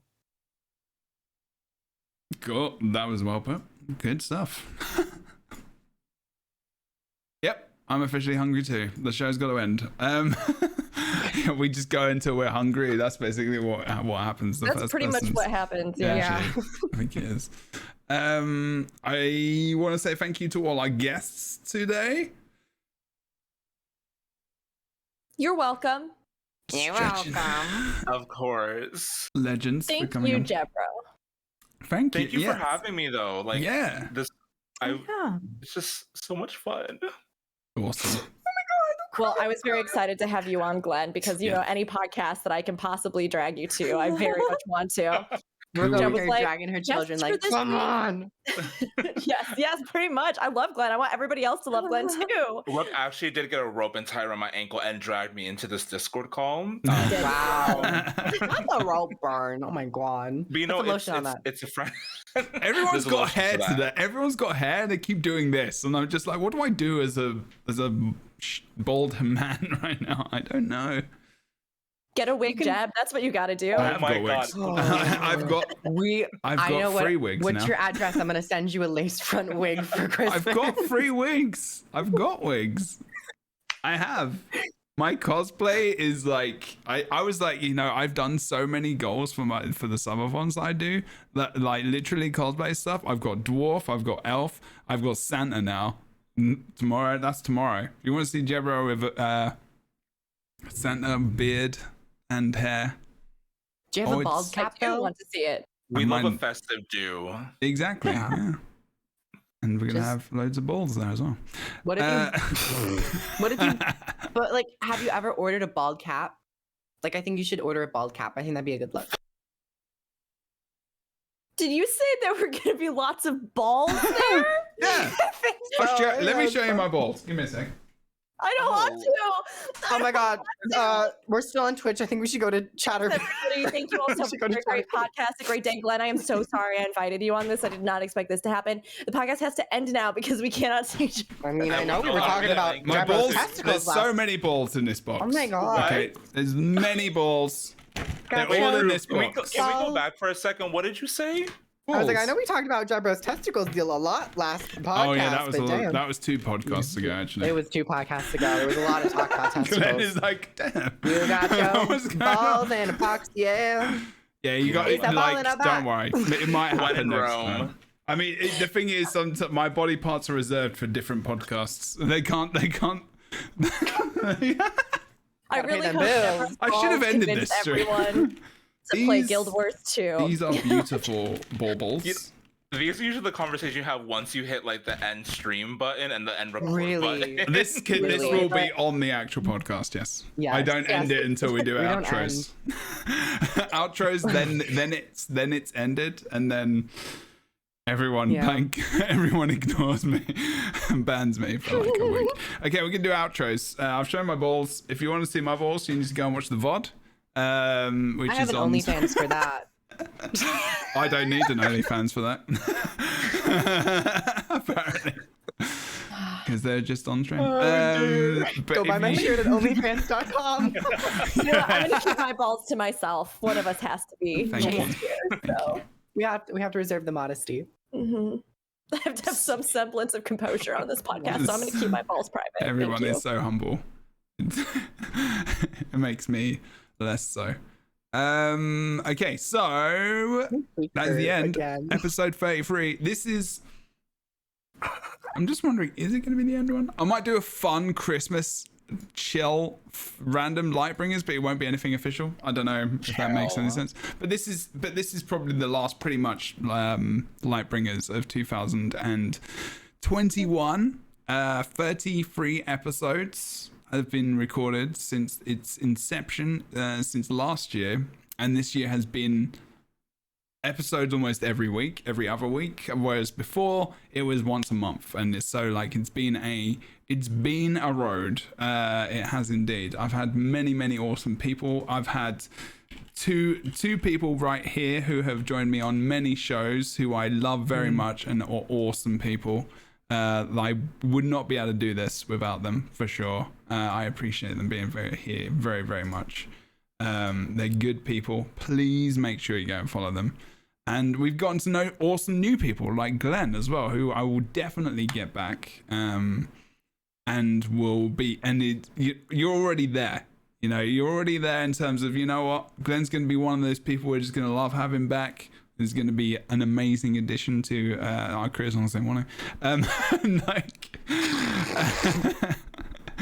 it's all about, you know, making sure people actually want to come back on the show rather than being forced. Get the rope. Yeah, we'll run. get done. Glenn's gonna send me a message like, "Ooh, that was awkward. What I'm just just- happened?" And then Rope will get the rope again. Yeah. She'll be like, get back Oh here. God. Yep. But they're all awesome. I appreciate them very much. And we're at 29,978 all-time plays on the podcast audibly. That is without VODs or anything else. So that is awesome. We'll probably end the year on 30K, which is very, very cool.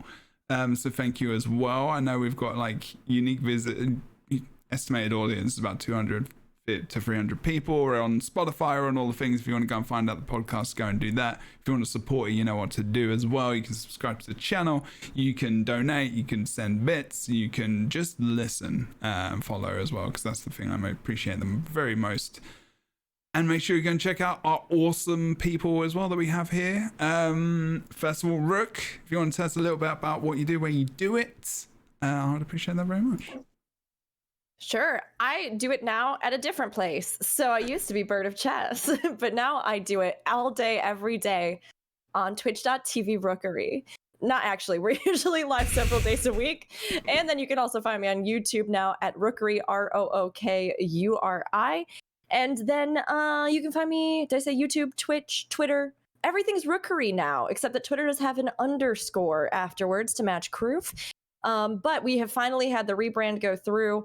Even with the new name, I'm still the same Rook, and it's still the same Bird fam. So you can always find me. I play a lot of Final Fantasy XIV and Guild Wars 2 primarily. I'm a big lover of MMOs, but I do really like to turn my love of these games and the story, characters, and lore in them into creative content, including a music video that I just put up on YouTube for those of you who are Final Fantasy players, and have some things in the works for maybe a Guild Wars 2 one as well. So I'm very excited. We've got some big things on the horizon for the games we love, and I can't wait to share all of it with all of you and to make new memories and chat on the podcast again. So thanks for having me once more, Jebro.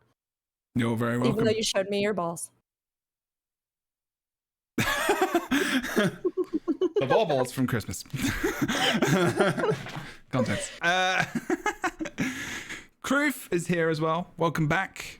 Tell us about all the things, and obviously as well, Rook, awesome to have you back as well. Rookery. Kroof, though, tell us all the things. Is it awesome to have you here as well again? Hi, everyone. My name's Kroof. Just like long walks on the beach, fine dining, fried chicken. And if you know that quote, you can finish it yourself. And But thank you so much for having me. Honestly, it's been a wild year. It's been so much fun.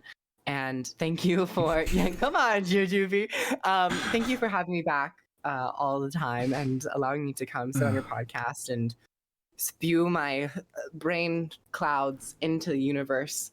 It has been so much fun, especially like just getting to know you both, Jebro and Rook. It has been such an honor and such a pleasure, and connecting to that Guild Wars 2 community that I never thought I would actually be able to, and like just being that shy video game player. And then this whole experience has been a very transformative year. So thank you, and also Glenn, it has been fantastic getting to talk with you and speak with you. So thanks for making it even more fun. And yeah, thank you everyone. I really appreciate it. And Kroof, legend. I appreciate you very much. Thank you for being here all the time. Maybe too many times. No, you're good. And then finally, our new friend, our new guest, Glenn, is here. Tell us about yourself, what you do, all the things. Hi. First of all, I just want to say thank you. It's been such an honor to be part of the last podcast of 2021. My name is Glenn Angel, or in English, Glenn Angel. I am a streamer on Twitch and also YouTuber. You can find them both at Glenn Angel. I primarily play a lot of Final Fantasy XIV, but I've been of course, playing a lot of Guild Wars 2 recently. I've been really enjoying it. Very much variety. I play whatever I feel like it because I have ADHD, and also schedules are not a thing for me because I try and they just never stick. But you can also find me on Twitter at Hello Glenangel, where I can post a lot of those comedy sketches I like to do around video games and just regular stuff in general. And yeah, no, it's been great meeting you all. Rook, it's the first time I've ever met you. It's amazing seeing you as well. But no, I'm just so ecstatic that, like, you know, I get to interact with the community, with the community of a game I just started, and it's just wonderful. And you all do such amazing content. I'm just so honored and so happy. Thank you so much. I also just want to say that Glenn is an incredibly talented editor and has been editing a bunch of absolutely ridiculous buck wild clips for me. And every time I cry laugh, they are amazing. Glenn, you are amazing. I'm really glad you got to join today. I love when like people that I love what they're doing in content creation, the worlds collide and they start playing the same games and we can start to bring together various spaces. So I was really happy to Kroof, like you said, to get to know everybody and get to know Jeb better, but also to have you on today. It's so great, Glenn. It's been wonderful. You did a great thing with LightBringers, Jeb. Yes. Yeah, and we're going to continue to do awesome things. Definitely. Playing the game more, we'll get people into content that we've not got them into before. It'd be awesome to get Glenn maybe some fractals and stuff that we don't play that much. And please. Yeah, introduce into the content that, you know, and get some first-time opinions of what that is. I want to have like a convention podcast where we're like on a panel. I see it. The future. Yes. I mean, I've had the idea. It's stupid. How I pitch that is something which may be in the works, Griff, to be fair, but no spoilers. Yeah, I would love to do that. It's something I would do. Hopefully. Panel at the very least, and just lie about what it's about and just make it about Guild Wars 2. Everyone, and just bring out like massive Ritlock swords. I don't know, whatever. They are on fire. Finally, I am Jebro. Jebro on Twitch. Twitch.tv/Jebro Unity is Jebro Unity on all things, apart from OnlyFans. And also, I don't have a t-shirt there, so you can't buy it. So I'm sorry. But please, if you want to go and support me on any of the spaces, do so. I am a graduate student. I'm in internship at the moment as a mental health counselor in the community. We're working with a lot of kids. We're on the front lines of mental health, basically in America, which is a pretty damn tough place to be. I've got a client even in a bit, actually, in fact. And so this is something I do while I'm doing the streaming stuff and while I'm in school. I don't get paid for it. So if you do want to support the channel and what I do and all the people we bring as well, make sure you go and check out their links. You'll be able to buy the expansions from Kroof and also Rook as well. That will be in the description below. And when Glenn's a partner, that will happen as well. We're going to make them go and apply for that. Otherwise, this has been the LightBringers. Thank you so much for an amazing 2021 for the podcast. I know it's been a tough year, and I talk about being safe and being awesome and surrounding yourself with your people, as well as Kroof saying earlier, which is very, very true. Always when you're playing MMOs, go and find your tribe. No matter what's going on, if you're struggling in real life and if you're struggling in places, we've all got a community that you are very, very welcome to come and hang out in, as long as you're respectful and awesome. That is something you are welcome to do. So if you're feeling a little bit down, a little bit low, a little bit like you need some people to talk to, you know where to go. Probably one of us will be doing something somewhere where you can come and hang out with us. So please make sure you do that, whether or not you're listening live or you're on YouTube or you're watching the VOD. Leave a comment, say hello. We'll probably say something back, maybe. Okay, I'm going to be less annoying now and actually end the podcast. Thank you very much for watching episode 33 of the LightBringers Guild Wars 2. Why play it in 2022? See you next time. In 2022, likely January. Everyone's doing the Queen's wave, apparently. We're all counting their fingers. Thanks, everyone.